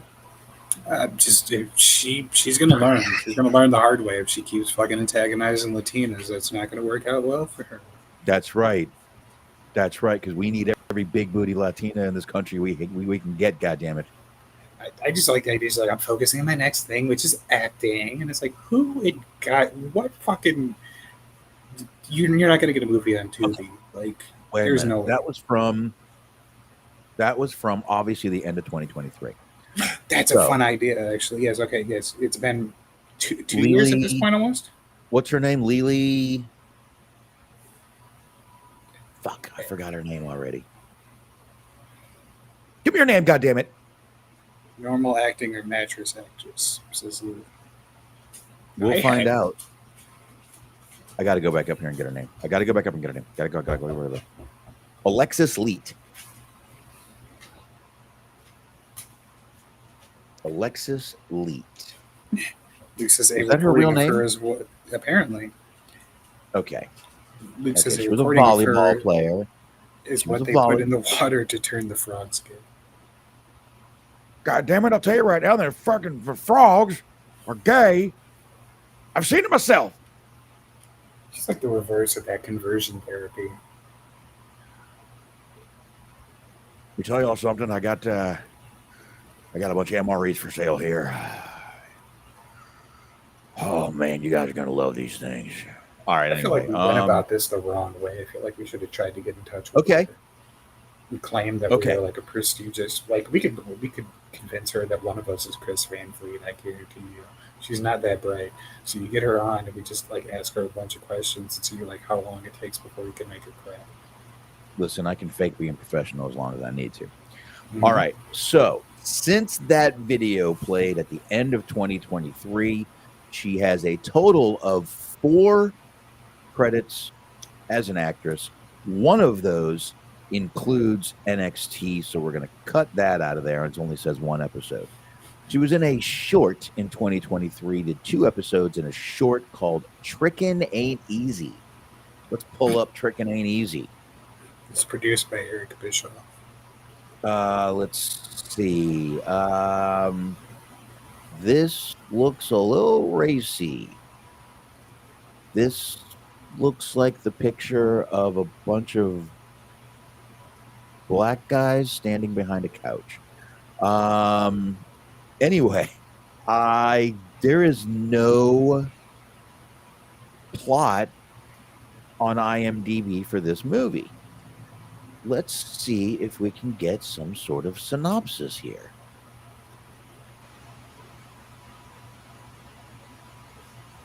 Synopsis. Oh my God, that's Trick Williams. Wait a minute. What's Trick Williams' real name? Would you mind looking that up real quick? Yeah, I can give her a tick here. No, that is it. No, it says here Matrick Belton, Trick Williams. Ah, there you go. So this was a Trick Williams kind of movie she was in. Okay, this makes more sense now. I don't know what it is still. It was a sitcom about Trick Williams' life. Okay, so that's still a WWE produced thing. So there we go. So really, there's only 2, and one is in 2025. It's a thing called K8, which is a short, which doesn't even have a picture. Let's see when we pull this up. What are we looking at here? What are we looking at here? Nothing. 3 people in this. A guy named Tanner Bush. Lucas Hyde. That name sounds familiar, actually. Lucas Hyde. I have no idea why looking her up, if I had got that she was Miss Indiana 2020, it made me laugh so hard. Really? All right, Lucas Hyde has been in a bunch of stuff. I don't know what I've seen him in, but he's been in a bunch of stuff. She won a beauty pageant the year that everyone had to cover their face. and he was Payne in Call of Duty Black Ops 6. And he's in the Tulsa King series right now. He's a trooper. So, okay, Lucas Hyde I've heard of, but okay, I don't know. There's nothing for this movie either. Hold on a second. here. And- This can't be right. I'm looking at her Wikipedia article. Mm-hmm. She was born in Louisville. Oh, okay, it answers itself. She was born in Louisville, Kentucky, to Vicky and Zary, Z-A-R-Y, Zary. Interesting. She has one brother, Luke. Interesting. She graduated from New Albany High School as a valedictorian. How low is your standards in Kentucky if that is if we just heard your valedictorian speak? You know, maybe she's not much on the common sense, but very book smart. It's usually how it goes. And she has something coming out next year called Dawn of Damage, Volumes 2 and 3. It's a short. It's in post-production. So really, she ain't done shit in acting since that video. So I'm so excited that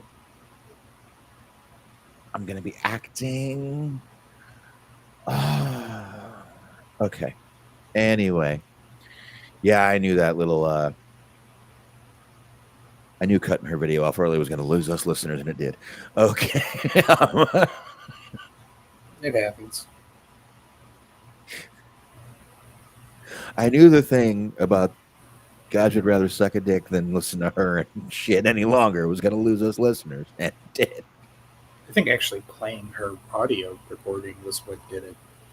No, we still had the same amount after we came out of that. It was probably my comment. It was probably my comment. I'm gonna take the hit for this, Mark. I'll take the blame. Latay holds Guinness World Record for farthest volleyball set into a basketball hoop. She had to have been the only person that ever tried that. She takes interest in cryptocurrency, having previously hosted her own now defunct podcast titled CryptoCast. So she's out here selling Dogecoin and getting concussions. Show us your tits. Wait, what? Wait a minute, hold on, this is breaking news. Let's cut that one out. By the gay mafia, and you're talking about this nobody. Oh, all right. And let's you know what? Let's get her let's go ahead. prestigious appearance as a Deal or No Deal contestant. I don't know how we got all over this, but we're gonna get to Hogan in just a few minutes. I promise. We're gonna get there. We're gonna get there. By the in by, the meantime, Gay Mafia would have been a great stable led by like Orlando Jordan and TNA to counteract the main event Mafia. dude, that would probably be a good stable now, Mm-hmm. and people would be happy to. That you'd probably get a good. I mean, it still would work probably. They had the main event Mafia. The Gay Mafia can't be any worse than the main event Mafia. That's what I'm saying. That sounds like an Orlando Jordan stable in TNA that like feuded with the main event. You're right. You're right. Probably would have been. Mm-hmm. Probably would have been. Oh, excuse me. Okay. So we all know WWE. We talked about this. I spoke about this last week. Excuse me. Smark, I'm sorry you weren't here, but the WWE moved to ESPN. Or did we talk about that 2 weeks ago? 2 weeks ago, we talked about that. It was 2 weeks ago. I literally, as I'm talking about it, I went, wait a minute. We spoke about this. I remember your opinions on it. So there's a new piece out from the Hollywood Reporter. This came out yesterday. This is right from Post Wrestling. And there's a couple there's a little bit new information out. They shed some light on how WWE's deal, though, to broadcast the PLEs on ESPN was moved up to a September 2025 launch. Originally, it was supposed to take place in March 2026.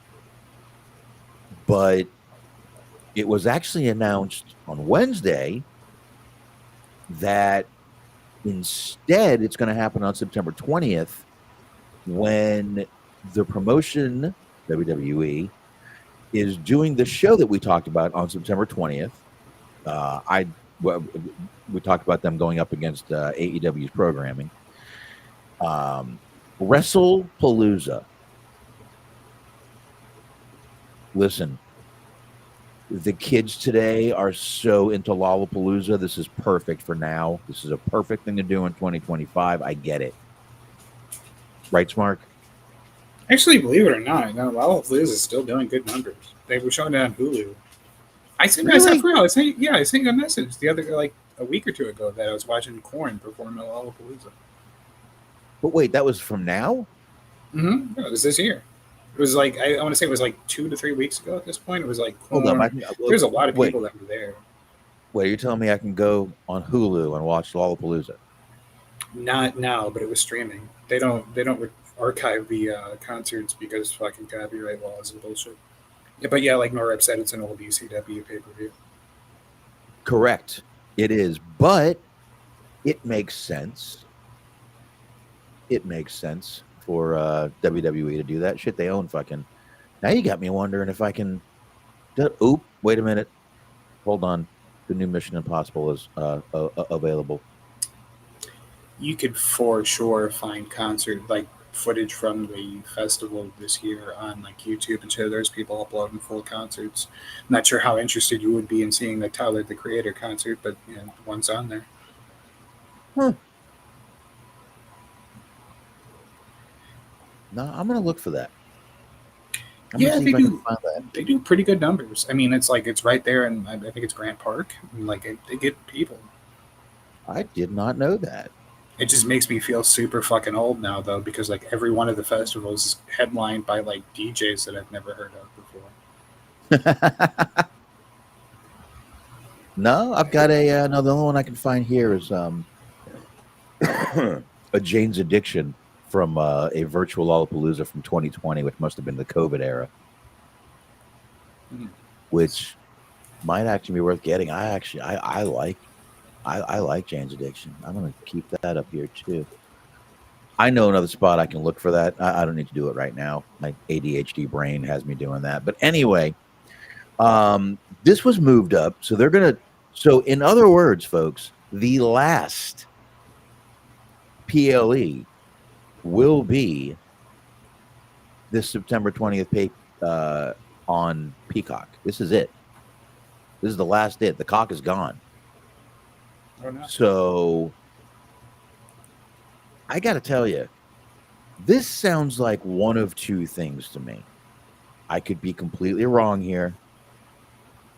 This sounds like either Peacock was going to abandon their deal and they were looking because Peacock gave them the notice, or WWE and TKO weren't happy with what was going on Peacock and they were looking for a deal and pulled the trigger early. So I don't know. Seems weird because the deal is supposed to go till 2026. Suddenly it's not. Maybe Peacock got pissed. Said, bitch, we had first right of refusal. I don't know. There's a lot of questions as to why they would do it this way when WWE is usually so by the bookie, if you know what I mean. Yeah, I don't know. I mean, what I would say is that they've been doing pay-per-views on Sundays. And it's about to be football season, and they run Sunday Night Football on Peacock as well. So, like, maybe they didn't want to compete with the NFL or whatever the fuck. But, yeah, it's weird about how that happened. Yeah, I guess so. But there you go. So the last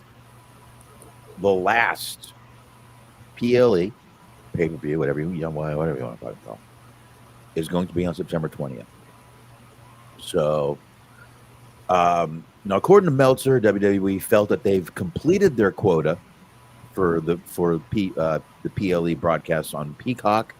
So they decided that they were going to go ahead and pull their contract. That was it. Which might be why they added a few shows to live up to the quota and get out of their contract early. That might be exactly why they did that. That might even be why they moved SummerSlam to 2 fucking nights. That probably added to the fucking 1 night to the quota. Which I got a feeling there was some games played here behind the scenes. Is what I'm saying. No, that's what Norad's saying. Norad's saying the scuttlebutt is that WWE used up the number of pay-per-views on Peacock with 2 nights SummerSlam and Evolution. That's why they had to move to ESPN with NBC approval. Yep. It definitely sounds like there was some sounds like one of the two was either WWE wasn't happy or Peacock wasn't happy with the deal, which could be the problem. That could be it. I don't know. I mean, I don't know what the numbers were for their pay-per-view buy or PLE buys, so I don't know, or PLE views, I don't know. So Another definitely a lot interesting of piece stuff of going on. reporting is that apparently True North says Peacock was Stephanie's nickname for Triple H. Peacock. Oh, that's mean. Don't mess with the guy. Well, based on those tweets, I believe he had a bit of a typo and it should be a W instead of a P. Weacock. Weacock. Weacock. That's a good one, Swat. Says, I feel bad I can't Oh. watch Saturday night's main event or NBC on the telly. I think that's the problem, is that you're trying to watch British television.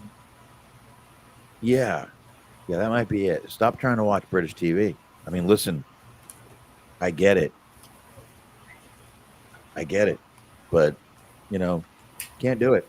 Reruns of Benny Hill are great. I love them, but I mean, come on, put something else on. It's 2025. Goddamn it.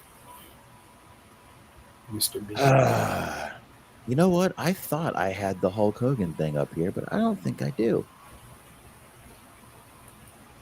I think I accidentally closed it. Or closed it earlier and didn't put it back up here. No big deal. I'll get it in 1 second here. Let me pull that up real quick. Just give me a second, Smark. Sorry about that. Okay. There we go. I got it right here from TMZ. That's what I wanted. All right. Well, you know what? We'll end with that, folks. We got a couple more things to get into real quick. I'll get into the next thing right now to make this go a little faster. The next thing that we are going to talk about is AEW has filed a trademark. They file some crazy trademarks. This one I wouldn't say is very crazy. They file a trademark. We all know we talked about them doing a residency, as they're calling these now, when they do a week or two of shows. And they're about to do some in the 2300 Arena in Philadelphia. And they trademarked September to Remember. Now, obviously, if anyone remembers, any of the old guys, November to Remember, ECW pay-per-view. Go ahead, Smark. What you laughing at here? They're really just fucking opening themselves up to so many 9/11 jokes, aren't they? Well, that number one. But number two, November to Remember is remembered as one of their worst fucking pay-per-views ever, if I remember correctly. No, I think you're thinking of the December to Dismember, the WWE. You know what? I am. I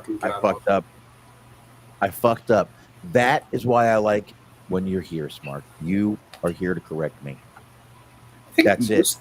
I haven't watched all of them, and I haven't watched all of them recently, but I think the ECW ones in November to Remember were pretty solid. Oh. Well, there we go with that. That's you know what, though? It's not a bad idea, but you're right. I got to tell you, I didn't even think about the 9/11 reference until you pointed it out, and that and it's funny. It's actually in the and here it is. AEW is doing a 7-event stretch, okay, in that arena. It starts on August 27th, and the last day of taping, Smart, I bet you can guess the date. September 11th, of course. Yes, sir. September 11th. So I saw that and I still didn't think about I didn't put it together. Maybe don't book jet speed for that show. Ooh, Jesus Christ, Smark. It's just a thought. Norab says Kali gives him the Kali bomb on the ramp. Oh, Davari versus Tommy Dreamer from December. I am genuinely amazed that Norab is capable of remembering anything that happened on the fucking undercard of December to December. Well, probably Like the main event was the Elimination Chamber. That was like fucking god awful, and like everybody, like I can't say everybody remembers that, but people remember that because I think they had like Lashley win, and when Lashley like was still very, very, very new, and everyone hated it. That was part of what made the show so shitty. right. But Yeah. like remembering like the opening match, that's fucking crazy. He's got that, Junior says, never forget that Hulk Hogan took down the Twin Towers. Hakeem and Bossman? I don't know. Well, let's go ahead and move on here. I'm trying to get through this, man. No, Norab, I haven't read Stuttering John's lawsuit. I hate to tell you, but I'll read that shit later. You got me all on that last week, and you caught me, bro. You caught me again. You're fucking good, man. You're like a fucking magician. I'll tell you the truth. Eminem. What? See, he's so locked in with the show that he corrected me. Hardy's versus MNM was the opener. Matthews Oh, I thought you said. I thought you were going to tell a joke. How do you beat an M&M? No. Okay, that's what I thought you said. How do you beat an M&M? I thought there was a punchline coming up. I don't know. No, I'm all about Okay. M&Ms. Well, yeah, Because well, M&Ms are a they're a metaphor for life. Like we're all different colors on the outside, but on the inside we're all chocolatey, man. so, Cauliflower Alley Club, folks. That's right. That's pretty deep, Smart. That's right. Yes, we're all just shit brown on the inside because we're all full of shit. Is that what you're saying? Balls Mahoney versus Matt Striker. The FBI versus Elijah Burke and Sylvester Turkey. Holy shit. Anyway, Cauliflower Alley Club, folks, we all know they have been around a long time, since the mid-60s, 1965. And they honor wrestlers. We all know that. And there's many awards, but this year they gave out the Luthez Lifetime Achievement Award. And this year's award made history, folks, because it was given to none other than Natalia. She is the first woman to be awarded this award. Now, I know there's other women who have gotten other awards in the Cauliflower Alley, but she is the first woman to achieve this award. There's a picture here with her and Tyson Kidd. And I'm not sure who that is on the bottom, but a beautiful girl beside her. Oh, I'm sorry. You're not allowed to say blonde girls are beautiful anymore, are you? I don't know. At this point, there's a big lack of Teddy in this photo. I can tell you that much. I don't know. But she did make history by receiving the award. Now, I got to tell you, man, that is getting a lot of heat for the fact that she's out on the, when they let her do these indie shows, she's, kind of being this badass and this and that. And by the way, both Natty and Tyson Kidd, y'all need to lay off the tooth whitener. Both of you. Seriously, I'm looking at these pictures right now, and wow, that one up top, y'all got bright white teeth. That's fucked up. That's fucked up. And with Natty's hair, it looks even worse. But anyway, I digress. Didn't mean to go so far off track there. Anyway, she's got this character when she's allowed to do these indie shows. She's Natty. not Natalia. She's Natty, and she's got she's got this mouthpiece in, and she kind of kicks ass. She's been doing Bloodsport and a lot of these shows, but WWE won't bring her in and do it. And a lot of people are just like, it's all bullshit because you just come back to WWE and they job you out. You're lucky you're not farting again. Maybe true, but I got to tell you, I'm a fan. I like Natty. I like Natalia. I do. I always have. I think she's great. I think she's always been good in the ring. I think they've actually treated her like shit. And I think she stuck around for. She's a very loyal person, and I think you can just if you ever watched Total Divas, which I'll admit I did watch the first few seasons.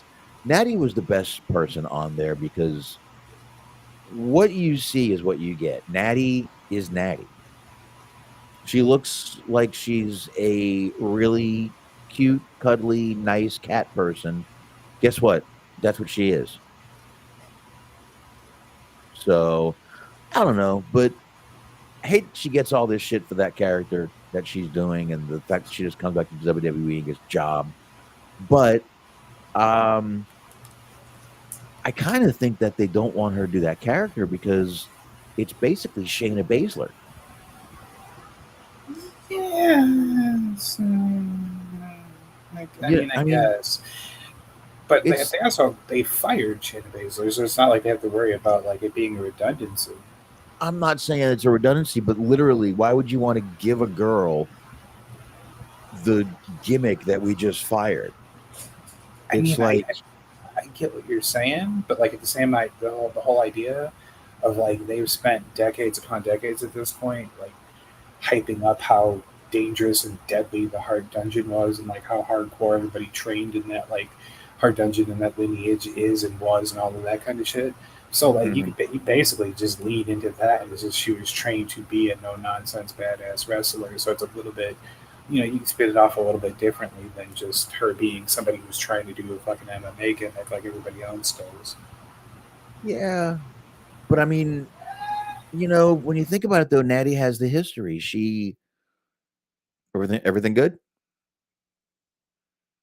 Okay. All right. Yeah, if you need to go ahead. But Natty does have the history. I mean, she was trained in the fucking dungeon, which has been known to be one of the hardest fucking training schools of all. So, she's got a little bit of history with some brutality. So, I don't know.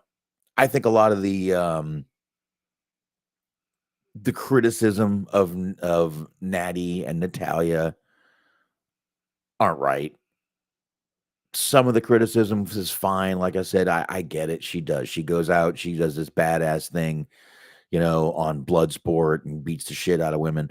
But folks, if you guys don't think that part of her going to these indies is she can't lose, I think you're a little delusional. I 100% believe when these WWE guys go over to indies, they are guaranteed to get a win or they're not going to show up at your indie show. They're not going to lose on indies. I promise you that, unless it's a storyline. But I think that's the only reason they let any of them do it is if they're guaranteed to win. That's the match. So I get it, but I don't know. I just think that the criticism of Natty is bullshit. This girl is legit. She has fucking awards. She has world records, Guinness World Records. I'm sorry, she's a legit badass in my opinion. See, I think maybe it's because we like that was it. I'm done. Oh no worries. I think that maybe it's because we're like are in different areas on the internet or whatever. But like a lot of the places that I see, it's not so much people criticizing her, as it is just people that are upset that she's not doing her current gimmick like on TV, like on Raw or SmackDown. And I think there's a lot of people that were like critical of the idea that they like basically locked her up to a long-term contract just so that she could like go to AEW, and then they're like just upset that she like basically they signed her to a big contract so that AEW couldn't have her, and then to sort of placate her, they just sent her out to random like independent events so that she could still wrestle people outside of the WWE, which is what she wanted to do. But then they also didn't have to like bother with actually putting any effort into her like on the main roster. You know, like they send her to like AAA, they send her to GCW, they send her to all these places so that they don't actually have to really like bother with her like on Raw or SmackDown. Dude, her and Tony Storm could have a hell of a feud. Mm-hmm. I mean, Tony Storm would talk circles around her, but that's not the point. That could be fixed. So what's interesting here is I was looking at the award that you were saying that she got. It's apparently the Luthez / Art Abrams Lifetime Achievement Award. Okay, so Right. there's two interesting things about this. First off, it seems like they give it every 2 years instead of every year. True. So for the 2020s, it's the previous winners. 2021 was Rob Van Dam. 2023 was Ron Simmons, and then Natty in 2025. So I think that's an interesting group of people. It gets even more interesting if you scroll down a little bit here, because I was looking at everybody that won this. They've been doing this award since 2010. The inaugural winners, there we go. First time, every time. Dan Severn and Jim Ross won in 2010 together. Yeah. Co-winners. But it gets even better because in 2014, they gave the Luthez Lifetime Achievement Award to the one and only Michael P.S. Hayes for 20. Yeah, I would. right. I really hope that they record these fucking things somewhere, and that like if I do enough digging, I can find fucking drunk Michael Hayes giving a award acceptance speech. You know he's saying Bad Street. You know it. Yeah, absolutely. You know it. So, anyway. All right. So, we go from there. Now, beginning of the show, we were talking a little bit about Power Slap. And I'm sure you're wondering what has anything to do with wrestling. Well, it actually does. And here's why. Dana White was asked on a podcast. Now, obviously, we all know who Dana White is. Years ago in 2001, he bought the UFC for $2 million.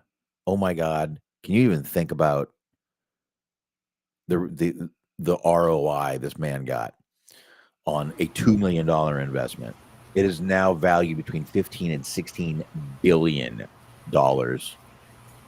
And as we talked about last week, a $7.7 billion deal with Paramount. Now, we all know that they also own Power Slap.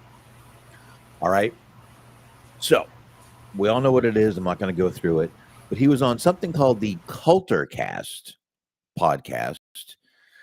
And he was asked, or he started talking about it and said that his recruiting strategy has started involving independent pro wrestlers.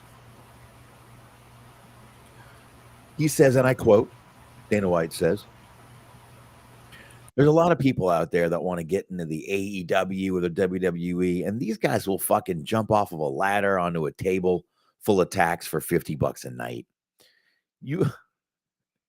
What is he talking about? Well, he was asked about AEW and WWE guys, and now he's comparing them to these guys that will jump off a table full of tacks for $50 a night. He continues, "You can come into Power Slap and make a shitload of money. You know what I mean? And these guys are all tough guys. They're big guys. So we're looking at these guys who wanted to be professional wrestlers and a lot of other athletes around the world who didn't become professional wrestlers. So they're actively going around to guys on the indies who, I'm not going to lie, this isn't a bad idea. Some of these guys in these fucking death matches are fucking nuts. Oh man, that'd be wild. And they're going to get these guys. Watching Nick Cage on Power Slap if that happens. Absolutely. Oh, I would. I was thinking, I was thinking the same fucking guy, but I think he might be too old. But I hate to say, but This is not the worst idea in the world. It's not. And he's 100% right. These guys in WWE and AEW, they're getting paid too much. None of them are going to do it.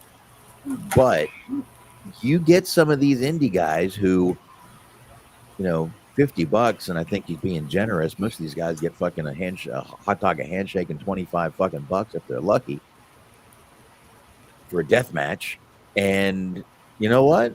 A lot of them wouldn't mind going in and taking one slap now and then, rather than go through fucking 30 minutes of pain, of beatings, of bleeding. When I read the article first, I was like, this is a fucking horrible idea. I went back, I read it again, because I started thinking, is it a bad idea? It's not. It's not. It's really actually a clever fucking idea.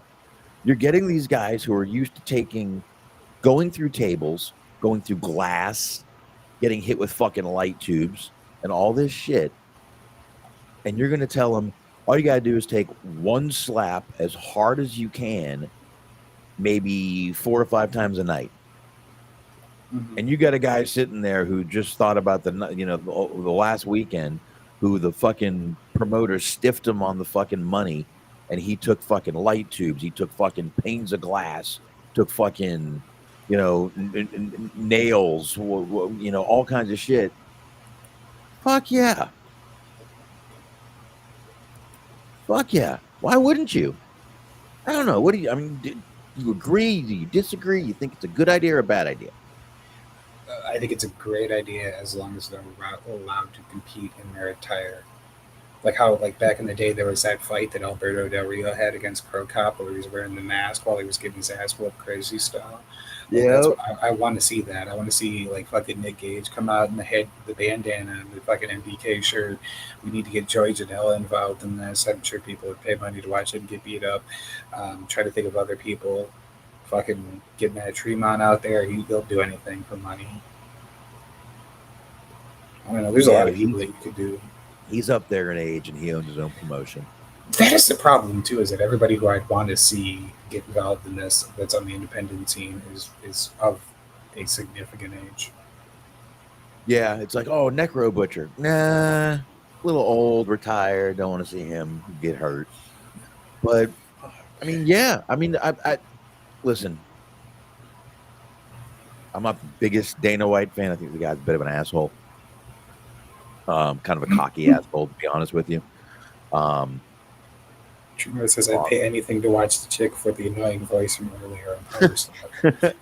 They do have a women's division. Get her against Paige Van Zandt, whatever. They do, and I think a lot of people would agree with you there. But anywho, like I said, I'm not the biggest Dana White fan. I do think the guy's a bit of an asshole, maybe more than a little bit. No, it is more than a little bit. I think the guy's an asshole. I mean, you know what? Let me take a little bit out of it. The guy's an asshole. He is. Very good businessman, but the guy's an asshole. He gets up there, he fucking always cursing. He's a kind of a low-life piece of shit. But anyhow, this is not a bad move. Honestly, it's not. It's not a bad move. I totally get where he's going. Oh, my God. Please put Leo Rush on there against any. I agree, Norab. Leo Rush and Loki. Put them against each other. I totally agree. Put both of these pieces of shit in the fucking square them up. I love it. I love it. Okay, so after looking at the heavyweight division they have here, because I'm looking at the Power Slap website, Matt Tremont could definitely do this. Yeah, he's older than a lot of the heavyweight guys, but all the heavyweight guys are just essentially just fat dudes who look like they can hit people hard. Up here. Come on, share that shit. Put that up. Come on, share that. Yeah, sure, give me hit the plus sign. Hit the plus sign. Share screen. Do that or hit H. Okay. Hit H. No, you're good. You got it up here. Wait. Where's the website? I thought I had it. Give me a second. Oh, you fucking sucker of the cock. I hear you. I had the roster pulled up here, but then it their roster. There we go. Okay, here we are. Hold on, we figured it out. Old people on the internet. Give me a minute. Okay. I'm trying to get down to the heavyweight specifically because there's a lot of just really small guys on here. Go ahead. Go ahead. Take your time, Okay, Smart. this guy right here. Oh, He's light that's a heavyweight. heavyweight? That's a light heavyweight. Light heavyweight? actually. I saw. Yeah, But I mean, I look at the see profile picture. He looks like he's kind of big. All right, this guy. He's this a guy, super the Iron heavyweight. See? Giant. There you go. Okay, There you this go. guy here. Oh, excuse me. Uh, Hold on. I don't. Holy shit. Sorry about that, folks. A little sneezing action here. Well, the Texas hand grenade, Stevie Ray. Where was he from? San Antonio. Texas. My There God. we go. There's a didn't just- surprising lack of heavyweights on here. Hope we didn't just take a 3-year-old. Is there a way to filter these? No, I don't think so. Well, maybe there is, but I haven't figured it out. No, Look at this guy. Oh, Does that's that look a like a big peak old- athlete to you? That just looks like a big motherfucker. That's about it. That Let's see this looks one's- like a guy. Okay, Who you're telling would me be- that Matt Tremont can't do this. Look at this man. Okay. Okay. You know what? I stand corrected. Again, this is why you're here. Look at this man. Look at the, oh my Lord. His Dumpling. nickname is Dumpling. I fuck That with dude this guy. looks higher than me. And I'm pretty high right now. Look at that hairline. On Look that at that. My God, that hairline just says slap me. Why are they all bald? Why are all the girls kind of pretty? That is the lady that's going to be fighting the annoying voice lady from before. I mean, I like she's this guy. not ugly. It's old street Jesus right here. Well, isn't this the guy that does like you can send him like a song and he'll do it in the oh shit. Oh Matt, make shit. fun of that guy, he looks very Samoan. That mother wait, go back to that dude. Hold on. This is the next member of the bloodline right here, folks. Mankini Manu. Big Mock. This is the next member of the bloodline, everybody. We found him. Whoa. Go to Gruit. Whoa. That had Jacob. Look at that big motherfucker. That's a big son of a bitch right there. Look at that. Ain't even got a fucking neck. And then Polar Bear, he's got a man. Polar bun. That's bear? unfortunate. No, That's you- probably why I'm he's sorry. 3. No. You cannot have a man bun and call yourself Polar Bear. You got to call yourself Rainbow Bear, you bitch. Mhm. Fucking Polar Bear. Yeah, this dude's just like, whatever, bro. Goldsboro, North Carolina. I know where that is. Look at this guy. This guy looks like, oh man, this guy looks like he should be playing darts. Fresh off the press. Trolls Nielsen, not related to Leslie. Fuck yeah, Trolls Nielsen to the house. All right, here we go. See, that's just another just. Oh, look fat- at Big Boy. Wake me up. Steven Rousey. Big Boy. Hey, get that little girl from Chicago there, Marisol. Look at that. Look how little she is. She's a tiny I like little the neck bantamweight. Look at tattoos. her. Pretty little, probably half Asian. Look at her. Beautiful girl. Let's try this again. What about this name screams Asian to user? Not her name. Oh, I'm sorry. Name, Filipino. eyes, hair, neck tattoos. None of these things say She look- Asian to me. I don't know. That face. She's This pretty either way. motherfucker. Look at my man. Look at holy shit. Good God, it looks like Nick Cage and Sami Zayn had a kid. That guy gets beat up all the time. Let's see. Hold on, go to that nose. Let's see what Nicole looks like. Not bad. A little, Not little, bad. little bigger. The Okay. Drawn on Oh, eyebrows are disappointing. damn. She looks like she just got smacked in the left eye. Okay. Uh, Actually, she looks like she got hit in both eyes. another big ass Hawaiian dude. Holy shit! These big old Samoans, man. Oh, the Iron Chin from St. Louis. There you go. Casey Mo.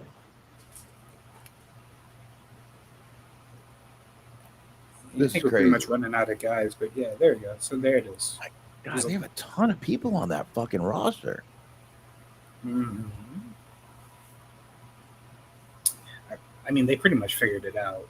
That's what makes good television. You just have a bunch of big ass fucking Hawaiian Samoan dudes just punch each other or slap each other in the face. I'm watching that.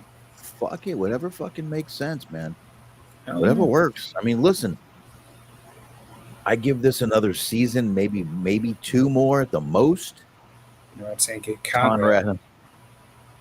Dude, if You you know, get Conrad on there, I'll volunteer to fucking. I'll take him.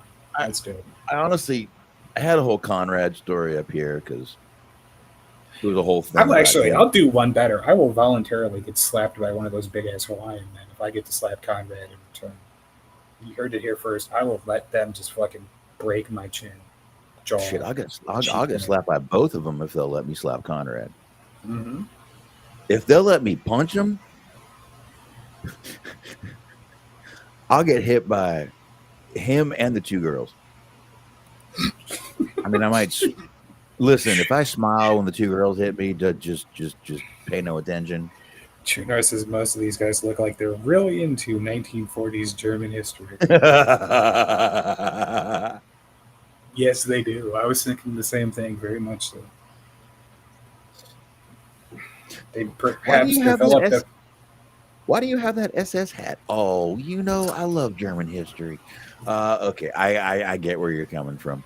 The Jewish guy understands. Extracurricular activity type groups when they were in prison.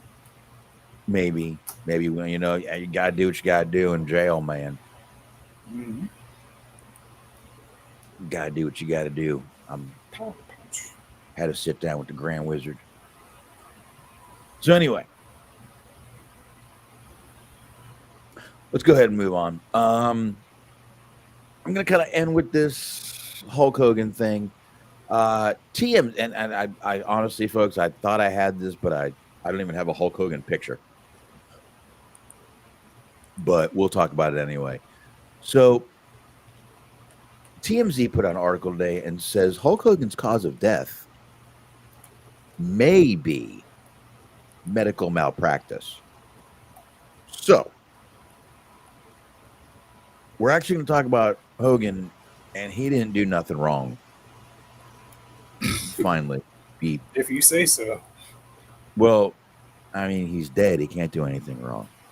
Ooh, that was more of really just bad. Like lifetime achievement award type of statement. It's like he didn't do anything. That sounded really bad. So the Clearwater, Florida Police Department said in a statement to TMZ Sports on Thursday, today, the investigation into Hulk Hogan's death remains ongoing, but they did say we have been in communication with family members, including his son Nick and daughter Brooke. The unique nature of this case has required us to interview multiple witnesses and seek medical records from a variety of providers, and our detectives continue to do that. All of this takes time. So the Hogan family has been appreciative of our efforts and our communication with them. Then it goes to 10:32 p.m. It starts giving a little breakdown here. You got Hulk Hogan's widow, Sky, confirmed to TMZ Sports that his phrenic nerve was compromised during one of his recent surgeries. I don't know what that is. Let me really quickly do a quick Google search, and let's tell people what that is. You heard of the phrenic nerves, Mark? Of course. But I don't want to ruin the discovery for you. Okay, well, to let everyone else know who is not as smart as you, it is a crucial nerve that controls the diaphragm, the primary muscle responsible for breathing. It originates in the neck. It's from the spinal nerves C3, 4, and 5. and it travels down into the chest cavity to reach the diaphragm, and damage to it can lead to difficulty breathing and diaphragm paralysis. Okay? So, there you go. Again, I'm so glad you knew that, but I was talking to these obviously idiots out here. I mean, not everybody goes to, DeVry Medical College. Absolutely. I'm a fucking University of Phoenix degree on hand. We're hanging and banging, brother. I hope you all get the sarcasm. I love you all. I really do. I graduated from that college that shows the commercials at like 2 a.m. on Comedy Central. It's like, wait, dude, don't kill yourself yet. Go to this college. Oh, God. All right. So, his wife also added that an autopsy had been done. Now, a lot of people said that it wasn't done because he was cremated, and everybody was flipping out. Why would you hide an autopsy? Looks like they did not do that. She declined to reveal the results and actually said that Hogan's body has not yet been cremated. Now, don't forget, this article is as of today. So the article saying he was cremated is wrong. Makes you wonder what, the funeral, I guess you could bury him, dig him up, and whatever. Anyway, now he may have been the victim of medical malpractice. Now, we all know what malpractice is. Law enforcement is telling TMZ that the Clearwater police are reporting that the 911 response to the day he died, there was an occupational therapist present at his house when he stopped breathing. According to the report, which no one can get a hold of, the therapist told responding officers Hulk was the victim of medical malpractice. She said the therapist says during a recent operation, it's unclear if it was the surgeon to repair his heart or a neck procedure, but the surgeon severed his phrenic nerve, as we just talked about. So there we go. So they were told that the conversations amongst the officers at the scene, where they talked about, the therapist told them, and it's on body cam, that the conversation between them, between the occupational therapist and the officers, is all on body cam. So that's a good thing. But Brooke was the one that called for the autopsy, and we know that is why the body has not been cremated. So there is some questions behind the death of Hulk Hogan now. Maybe, look, cardiac arrest definitely could have happened because of his difficulty breathing. His heart might have been working overtime from it. But man, that's pretty fucking hardcore there. That someone might have, that nerve sounds like one of the most important nerves in your body. Mm-hmm. Besides the that one that I hit when I hit my elbow, that funny bone, that ain't right. That's fucked up. That's important. I mean, it's important that it's there, but because it wakes me up sometimes. But no. So anyway, that's really all I got, man. On the news side, do you want to do Forbidden Door predictions? Because that is, I believe, this weekend. That is, and I figured right now we would do Forbidden Door predictions and tie in AEW Dynamite like we always do. Sounds good. Let's hit it. There we go. Let's do it. And look at this. Look at this. I got pictures again. That's right. I got them. So there we go. And I mean, if you watched, just to really do a quick little thing here, if you watched Dynamite over yesterday, what the fuck? If you watched Dynamite yesterday, what the fuck was I talking about? I almost said over the weekend, and then I was gonna say you stopped. made it sound like it was like a break, like you like if you watched Dynamite over winter break or For some reason, I almost said summer over the vacation. week. That I almost said over the weekend, and then I caught myself, and then I left the over. And look, folks, my brain is what it is. I can't help it. But anyway, if you watched Dynamite last night, there was only 3 matches. They were really building up this pay-per-view. I think this was probably one of the better go-home shows they have done in a long time. I think for the past 3 or 4 months, we've said the go-home shows have been pretty disappointing. Like they're counting on people to watch Collision for their real go-home show, which ratings show that's not happening. So anyway, let's go ahead and run down this bad boy, Smark. Should we go from the bottom up or the top down? You know what's weird is I looked at this Wikipedia article, like the card on Wikipedia, like an hour or two before, earlier today. And like, it's really hard to tell what's supposed to be the main event here. I mean, I'm assuming you're going 1, 2, 3 would be like the order of the card. Like number 1 would be the main event because it's the cage match.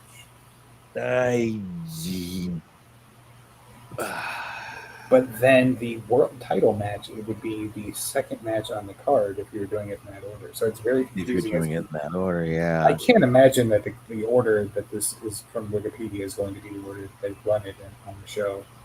Mm-mm. No, it never is. Why don't you go from the bottom up? Yeah, let's go bottom up. Bottom up. Let's do this. Bottoms up, Smark. All right.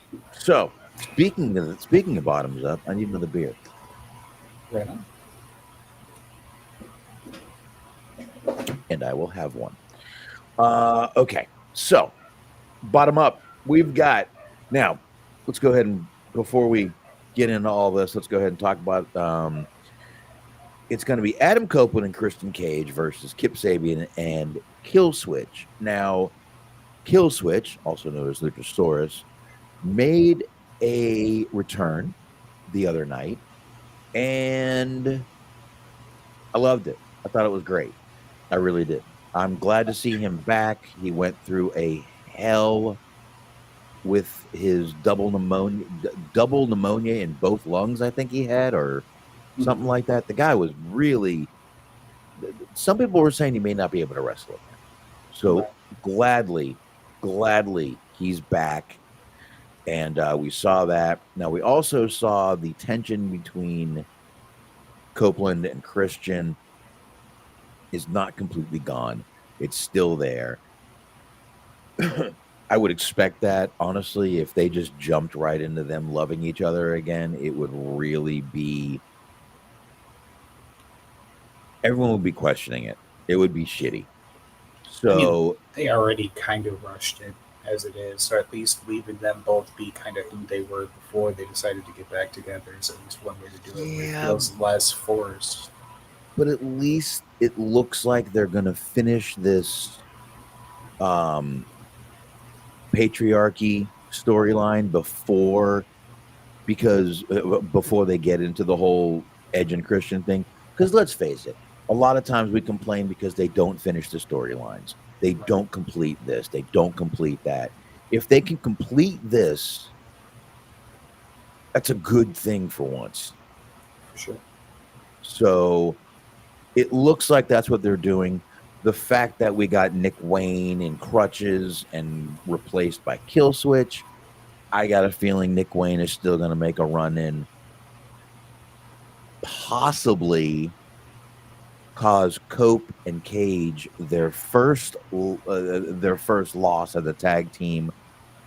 I actually, believe it or not, I want to say because Copeland and Cage are together, they're gonna win. Crowd wants it. But really, if you think about it, to continue the storyline, You almost have to have Sabian and Killswitch win this match. Yeah, I think you're right in order to continue the storyline, but I don't think they're going to. I think this is probably just the end of this storyline. So I'll go with Copeland and Christian.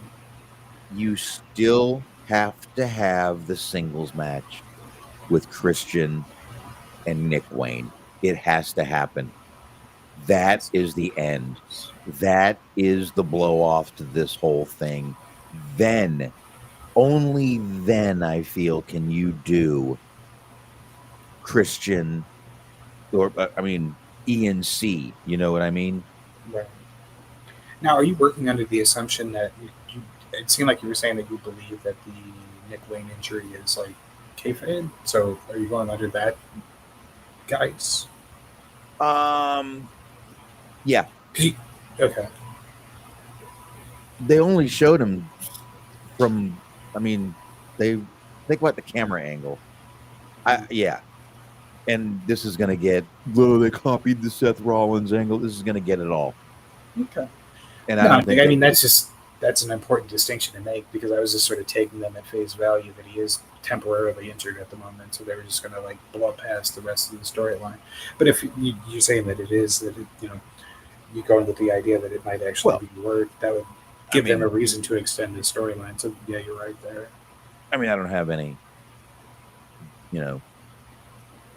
inside info or anything. I'm just, I'm just saying that this is something Tony Khan would do just to troll everybody. Mm-hmm. Is copy a WWE storyline, and then when everyone fucks with him for copying a WWE storyline, he'll say, "I had this planned out months ago." That's just kind of what it works out to me.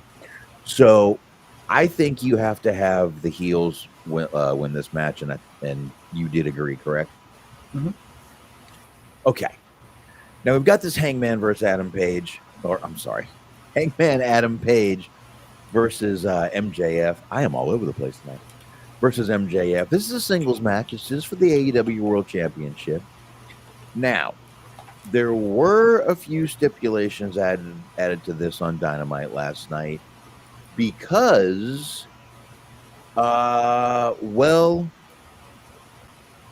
face it. MJF made a deal with Ricochet and GOA, and they kidnapped Mark Briscoe. They had him taped to a chair, and they were literally poured gas on him and were going to light him on fire if three things didn't happen in this match. Number one, this title can change hands by disqualification. Number two, the title can also change hands by countout. And MJF does not have to use his Casino Gauntlet contract for the match. So, unlike Athena, who's going to lose hers, he's not going to. So, there you go. And they did not light Mark Briscoe on fire, thank God. Now, I'll tell you, if this were 3 or 4 months, or even actually longer, 5 or 6 months into the Hangman run, I would say maybe MJF has a shot at winning here. But I think they have put a lot of time. I think they put a lot of energy. I think they may have even put a bit of money into getting Hangman into this position, and as over as he is, and for him to lose this title right now, I think would negate all that.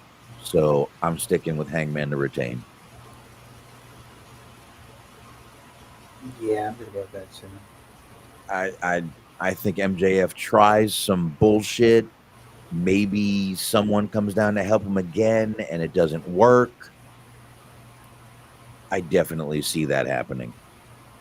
And, I was sitting there thinking, maybe a DQ, but they put all this fucking time and storyline into Page. Why would they want to just put the title on him for a little while? I don't think it happens. And this storyline can continue. I wouldn't even doubt if fucking Hurt Syndicate came down, tried to help him, and it didn't work, and that was all a work. That's even on the fucking table, in my opinion. It could be. So we got Zack Sabre Jr. versus Nigel McGuinness, who's going to be with Daniel Garcia. They've kind of been a tag team. This is a singles match for the IWGP World Heavyweight Championship. This has kind of all been happening behind the other shows, I guess you could say. We all know Forbidden Door is kind of a New Japan mix-up. So, anyway, I don't see Nigel winning here. Zack Sabre Jr. definitely, I believe, is going to retain. No reason to give Nigel McGuinness the belt here, but definitely I'm glad to see Nigel back in the ring. I've always been a fan of Nigel McGuinness, even as Desmond Wolfe and everything. So I'm going with Zack Sabre Jr. to retain in this match. Yeah, same. I mean, I know it's not terribly interesting when we disagree with everything, but I just can't see. Nigel's not even a full-time wrestler at this point, so I can't see him winning the IWGP World title. Yeah, I got you. I'm with, and especially a New Japan, a New Japan title. Right. So next up, we've got a singles matches for the AEW TNT Championship. This is Kyle Fletcher, who is the champion, versus Takahashi.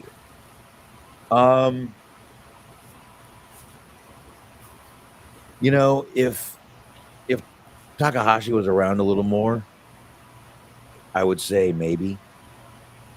But again, the fact that they just put all this time, energy, and when I say time, I mean TV time, into doing this whole Kyle Fletcher thing. The guy just shaved his head. The guy just did this. The guy just did that. I definitely see him retaining. Also, I don't think Tony Khan wants his titles over there on a New Japan star. So that's another thing. But I just don't think Takahashi's around enough to put a title on him. See, I can disagree with that, actually. I don't think Tony Khan wouldn't mind having one of his belts, like, in New Japan, because he has 18 fucking hundred of them. So, like, just having one that gets defended in Japan every so often, like, makes it seem more prestigious.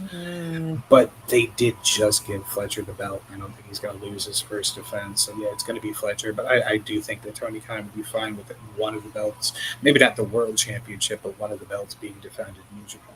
Well, and I would TNT want the belt named after them in a promotion in Japan? That's fair, yeah. I can see that. I mean, I'm not saying TNT has any say in what they do, but if you're gonna name a belt after the TV station you are on, I'm just saying I don't think they would want that over there. I mean, potentially, there could potentially be to speak. Well, yeah. I mean, I get what you're saying there with the TNT thing. There could be some potential like contractual loop or red tape that they have to clear in order to even have that happen. But I just meant like something like the Continental Classic title or whatever, or like one of the fucking women's titles or something, like just one that's not necessarily specifically linked to TBS or TNT. Like maybe even just like the tag team titles get held there for a minute or something like that. You know what I mean? Right. Well, speaking of the other network title, we do go. Oh, wait a minute. You didn't pick yet. I Fletcher. You did? Mm-hmm. Okay. I'm sorry. We do go to the other one, the TBS Championship. Singles match. This is for actually, this is a four-way match. Excuse me. I didn't mean singles match. I was reading the bottom one. For the TBS Championship, and it's Mercedes Moné, current champion, Alex Windsor, Persephone, who we saw last night, and Bozilla. So I don't see Mercedes losing the title here, unfortunately. I would love to see Alex Windsor win it with the way they're trying to push her right now, but she's kind of new in the company. Although this would give her a little bit of clout to get a good push. But Mercedes right now is a fucking belt collector, so I don't think they're going to do anything about that. I think staying there. Noreb says Sasha retains. She's going with Mercedes too. Now I understand that it makes the most amount of sense that Mercedes is going to win. But you know what? Sense be damned. You don't go with your head, you go with your heart sometimes.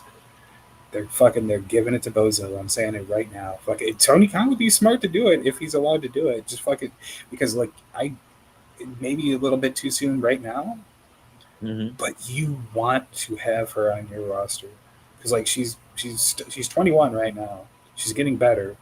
She's got some work to do in terms of an actual in-ring talent. But she is going to be a fucking huge star.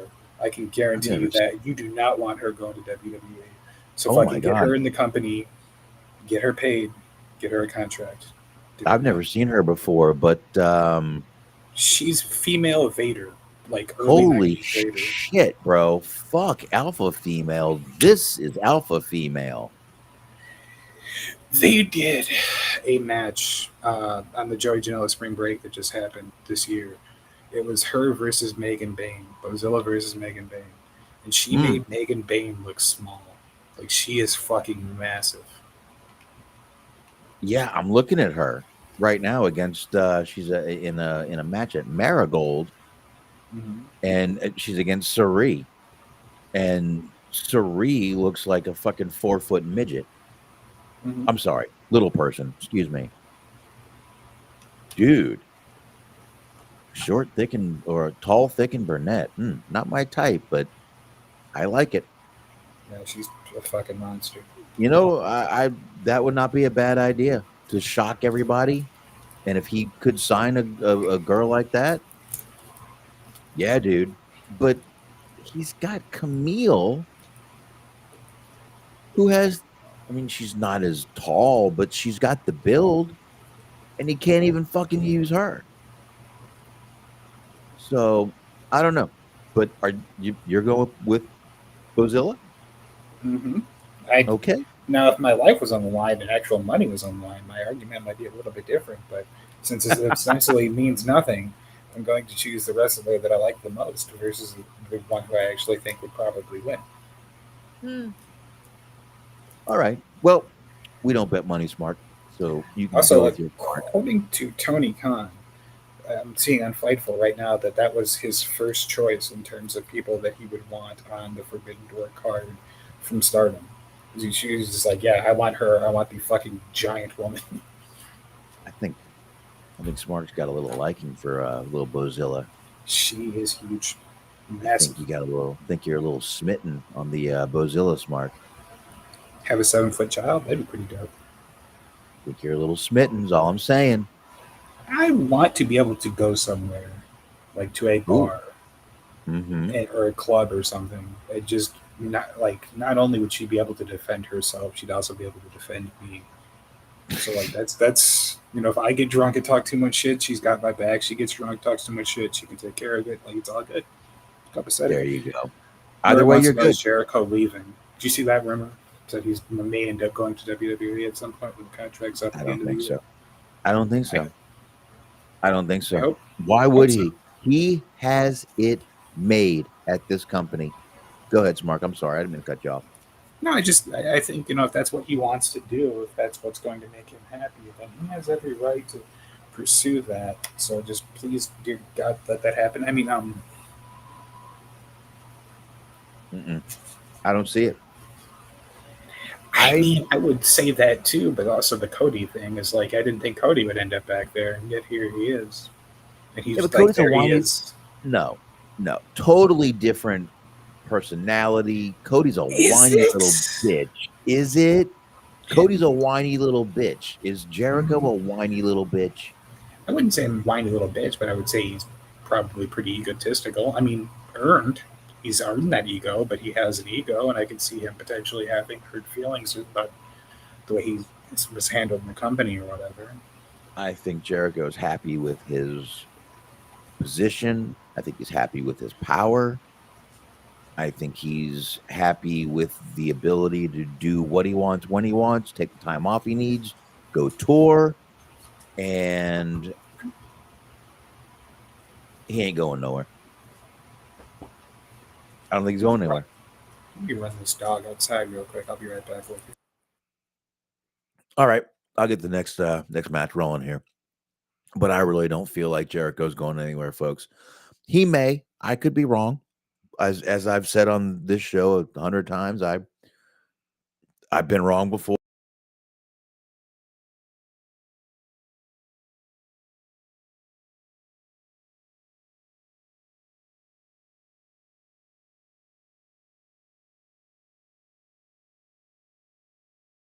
And I'll definitely be wrong again. Hopefully, I'm back on now. But anyway, I don't see Jericho going anywhere. I mean, do you see him going anywhere, Smark? Why would he? I mean, again, gun to my head, if I had to bet money or my life on it, I would say probably not. But it still doesn't. It wouldn't surprise me if he went back, like started working towards, I don't know, maybe getting like a Legends deal or something to stay on contract for the rest of his life. Wouldn't terribly shock me. Okay. And I just want to clarify to the listeners, I do not have a gun through Smark's head. That's right. I am in no real danger. Oh shit, he's doing blink code, folks. He's doing blink code. Pay no attention to Smark's eyes. But okay, no, but for real, what I will say though, real quick about the whole Jericho go back thing, is like, if you listen to some of the, I don't know if he falls under this umbrella or not, but if you listen to some of the former like WWE people who like they fired and they eventually came back, it sounds real fucking culty. Where it's like, yeah, I could make more money elsewhere, but this is my home, this is my dream. I couldn't ever imagine myself wrestling anywhere else. Like they have like some of these motherfuckers sound like almost brainwashed. So like I don't know if that's Jericho, but like just people will now and forever perceive WWE as being just upper echelon compared to AEW, even if they can make more money in AEW. Well, that's everyone else's problem. Get over it. They are different companies. They're not much different, but they're a little different. Right. That's just the way it is. I don't know. I just think Jericho is very happy in the position he's in. I know it's not the same company he left. I get it. It's a new company, but for some reason, everyone has this thing that everybody wants to go back to WWE. Do they? Does everybody? Listen, am I saying Jericho might not, look, Jericho 100% WWE Hall of Famer. It's going to happen. I know it. He'll eventually come back for that. I get that. But right now, at this moment in time, in 2025, I do not see Jericho leaving this company. I think he's going to definitely sign again. I think he's, like I said, he's got power. He's got a great position. He can leave when he wants. He can kind of be the character he wants to be. And some people seem happy. Jericho seems happy. Moxley seems happy in AEW. Would he go back for some sort of, if the Shield or something got Hall of Fame? Sure he would. But he just seems happy in AEW. Right. Moxley does. Jericho does. A lot of these guys do.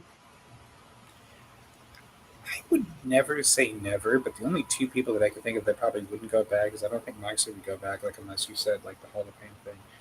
And again, you can never say never, but I think like I don't think I couldn't see Tony Storm going back because there's not even really anything for her there. It's not even like they used her enough to bring her back for like a Hall of Fame thing. Like they didn't hardly use her at all, or very well when she was there. So it's just like I could be hard pressed to see her going back. Yeah, I kind of agree with you there. I mean, she was literally taking cream pies to the face. Ooh.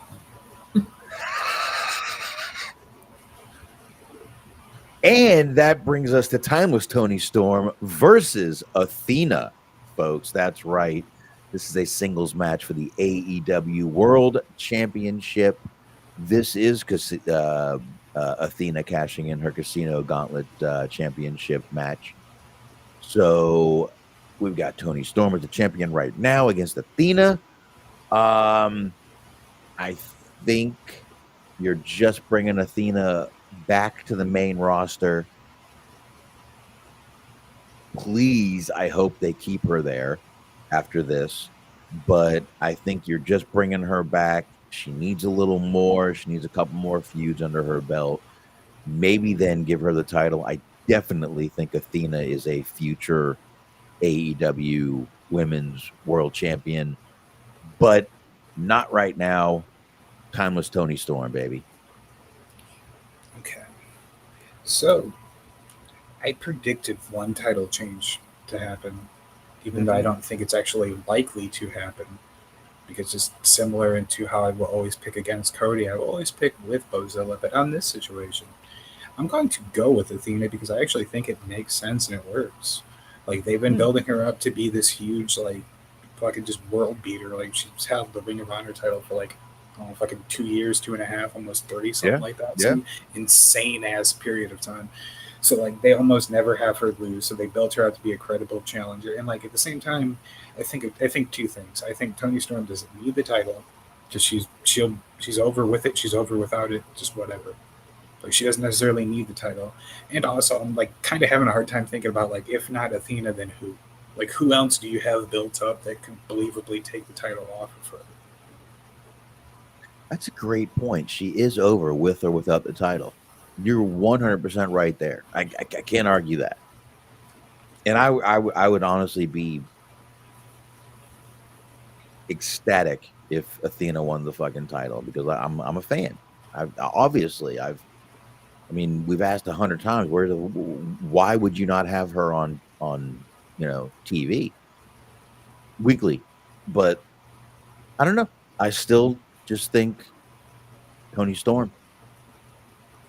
I still think it, but you're going with Athena.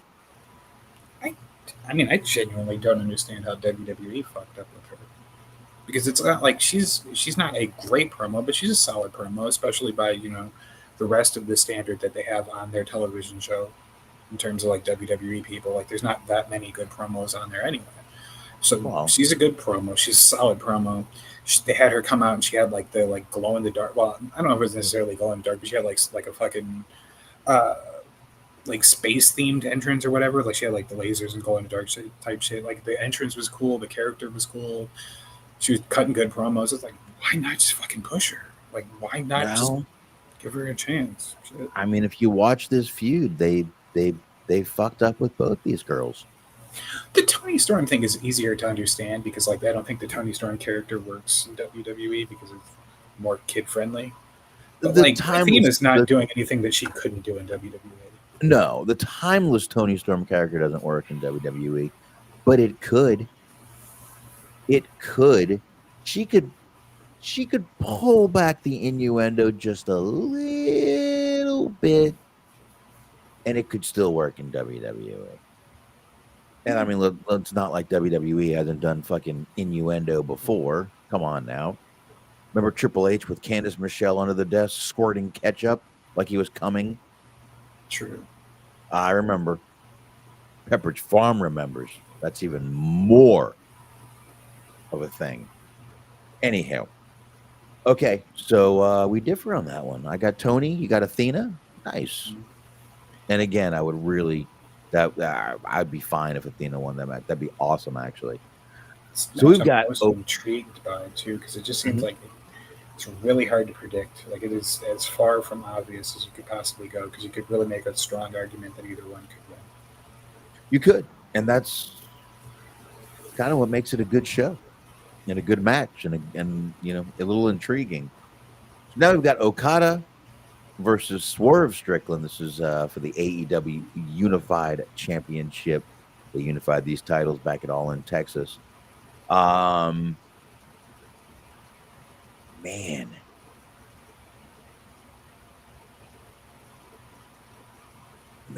I'm.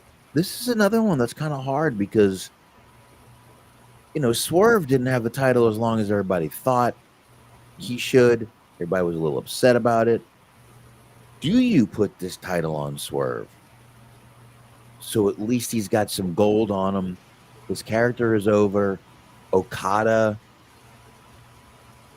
is what it is. I mean, Okada's over, but he's not really on a upswing. There's a good word. He's not really on an upswing right now. I'm taking Swerve.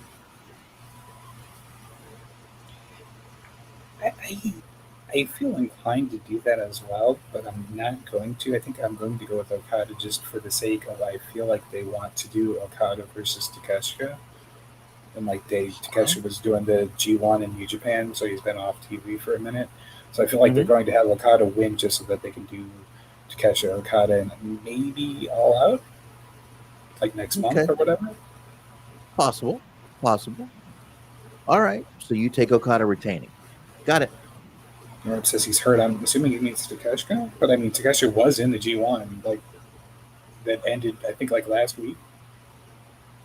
Yeah, I think so. Because he won the tournament, so I know he was at least good enough for that finals match. But they wrestled so much in that fucking month or two that they run the tournament that it wouldn't surprise me if he got it. No, I guess we'll see, man. But all right, we differ on that match too. All right, this is like the most we've ever been not in sync on a card for a pay-per-view ever. No, definitely I can feel it. I can feel it in my plums. I went all Ashley Schaefer on you there. All right, the Hurt Syndicate, folks.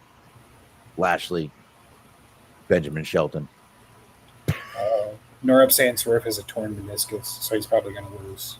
Or they might not even have a match. Who knows? I didn't know about the meniscus. All right. Fuck it. You know what? Fuck it. I'm going to keep my goddamn pick because I am an idiot. Anyway, Hurt Syndicate, Lashley, Shelton Benjamin versus this is a three-way tag team elimination match. So 6-man match. Hurt Syndicate, Brody King and Bandito versus FTR, Dax and Cash.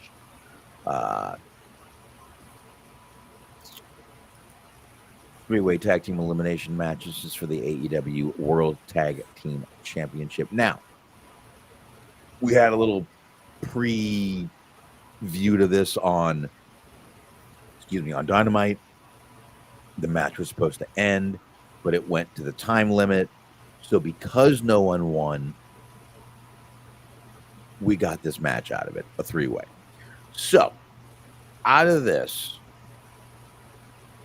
I don't see Brody King and Bandito winning this. I'm going to cross them out. It's between Hurt Syndicate, FTR. We talked about who the Hurt Syndicate should lose those titles to. FTR possibly is one of those teams, but I don't think now is the time. I think the Hurt Syndicate needs to stay. I'm hoping they're going to bring that kind of modern day APA style back, kind of with them a little more. They may not. I hope they do. I got the Hurt Syndicate retaining here.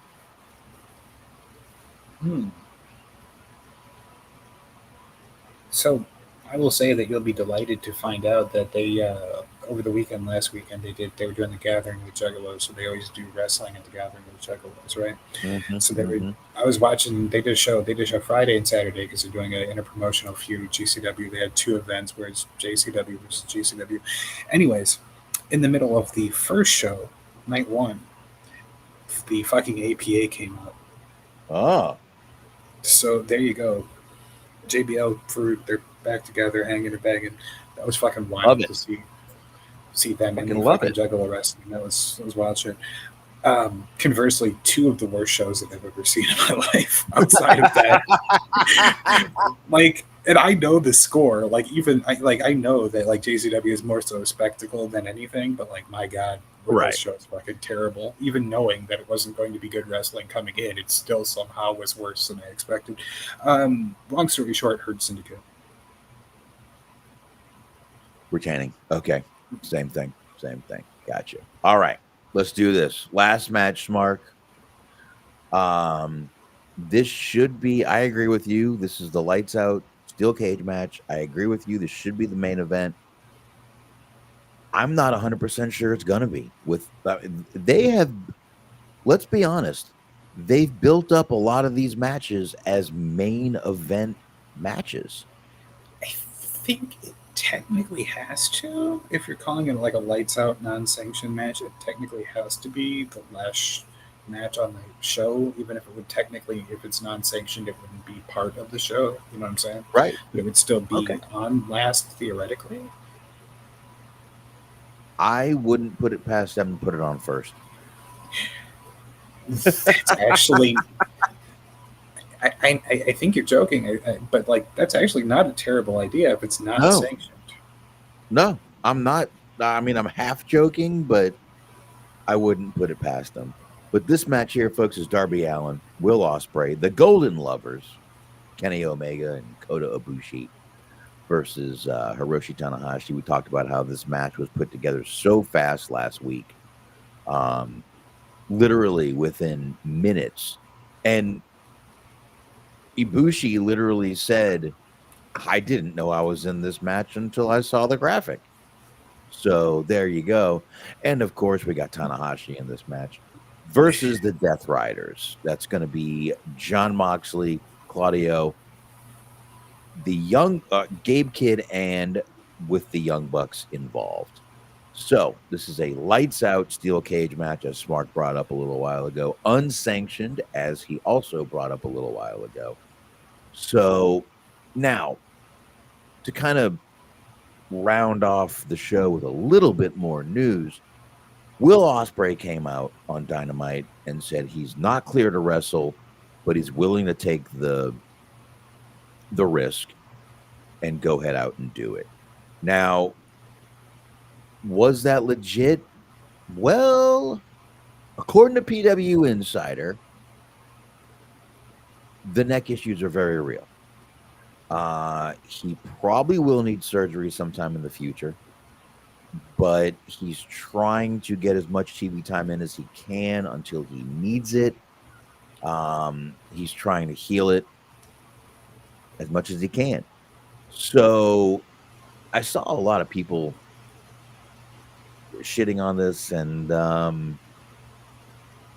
listen, I get it. AEW fucked up for letting him do this, blah blah blah, but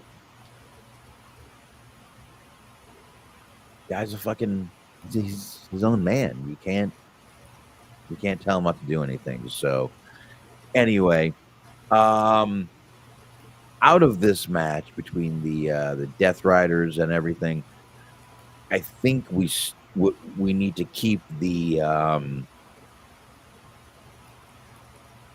we need to keep spiraling down the Death Riders.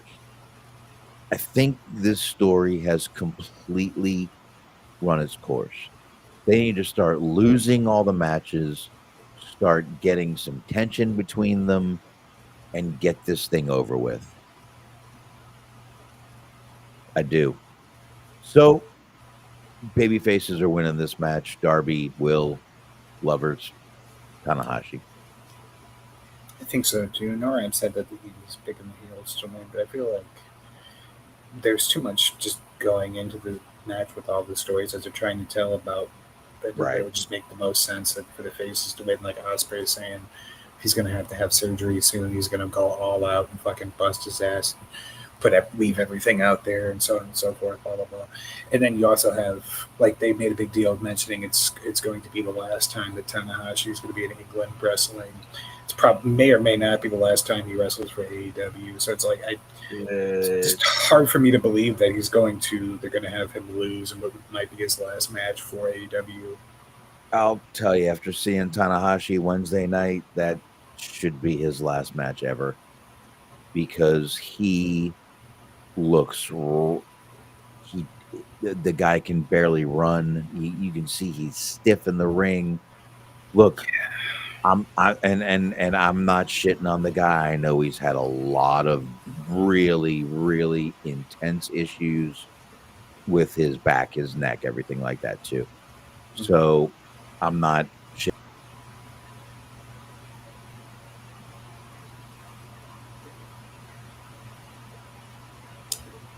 And, like, unfortunately, a lot of those injuries, neck injuries, back injuries, knees, and all of that, have been like that for the last couple of years. Oh, go ahead. It looks like my internet went out, I think, for a second. Yeah, no, I was just saying, like, you were saying that he was, like, it looked like he needed to retire, like, already. But yeah, I was kind of echoing your sentiments. Is like, unfortunately, he's had a lot of those problems for the last couple of years now, just like knee problems, back problems, neck issues, that kind of stuff. Just he wrestled a lot. He fucking, it's got a lot of miles on him. Like, he had to carry New Japan for quite a while through just them not having a lot of stars. And he's wrestled a lot for them, and he's kind of toughened out a lot of injuries to do so. So it's unfortunately caught up to him. It is what it is. He's got to retire.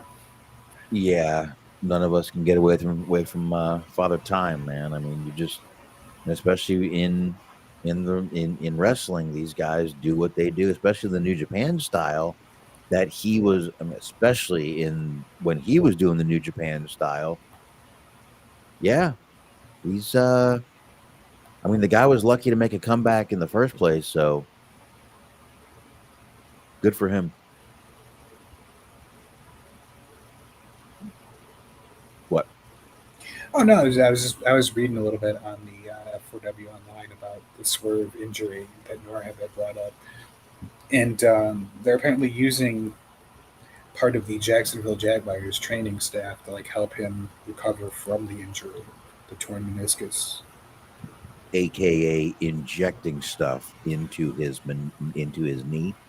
Basically, it says whether he gets the surgery to repair the injury in the course of action going forward after Sunday is unknown. Fightful reported that another Khan family asset, the NFL's Jacksonville Jaguars, are playing a role in helping Strickland through the injury via their medical staff. Yeah, so they're probably shooting him up full of shit, unfortunately. But there you go. Let's get him in the match, baby. Put a little bit of that morphine in there. So you're saying you don't have a hard time believing that Ospreay is going to wrestle through a neck injury? Nope, not anymore. So, anyway, I think that's it, man. We're close to 3 fucking hours. We're at 2 hours and 47 minutes, Smark. 48 right now. I think we should wrap this bad boy up. Smark, this Tuesday is huge. That's right. It's a big Tuesday for you, and I want you to tell them about it right this moment. I mentioned it at the beginning of the show. I want you to talk to them again. That's right. You got it. This coming Tuesday, the 28th, August 28th, it is the return of Tids. We are back from our hiatus. We've got college football going on. The NFL season is about to start. The Bears play their final preseason game this Friday. So the NFL season's coming back. The college football season's coming back. So we're going to be talking about that, and we are looking forward to it. We're chomping at the bit. Everybody's excited and ready to be back. Awesome. There you go, folks. Sports, tits, racism. You want to be there. I want to be there. So there you go. I will be bringing back Hollywood Hangout in a couple of weeks. Not this week, but next week. I said I'd bring back some in September, and I will. like I said, my weekends have been ridiculous. My new job, a lot of things going on. We just got rid of most of our animals, so now I got a lot of cleaning up to do out there.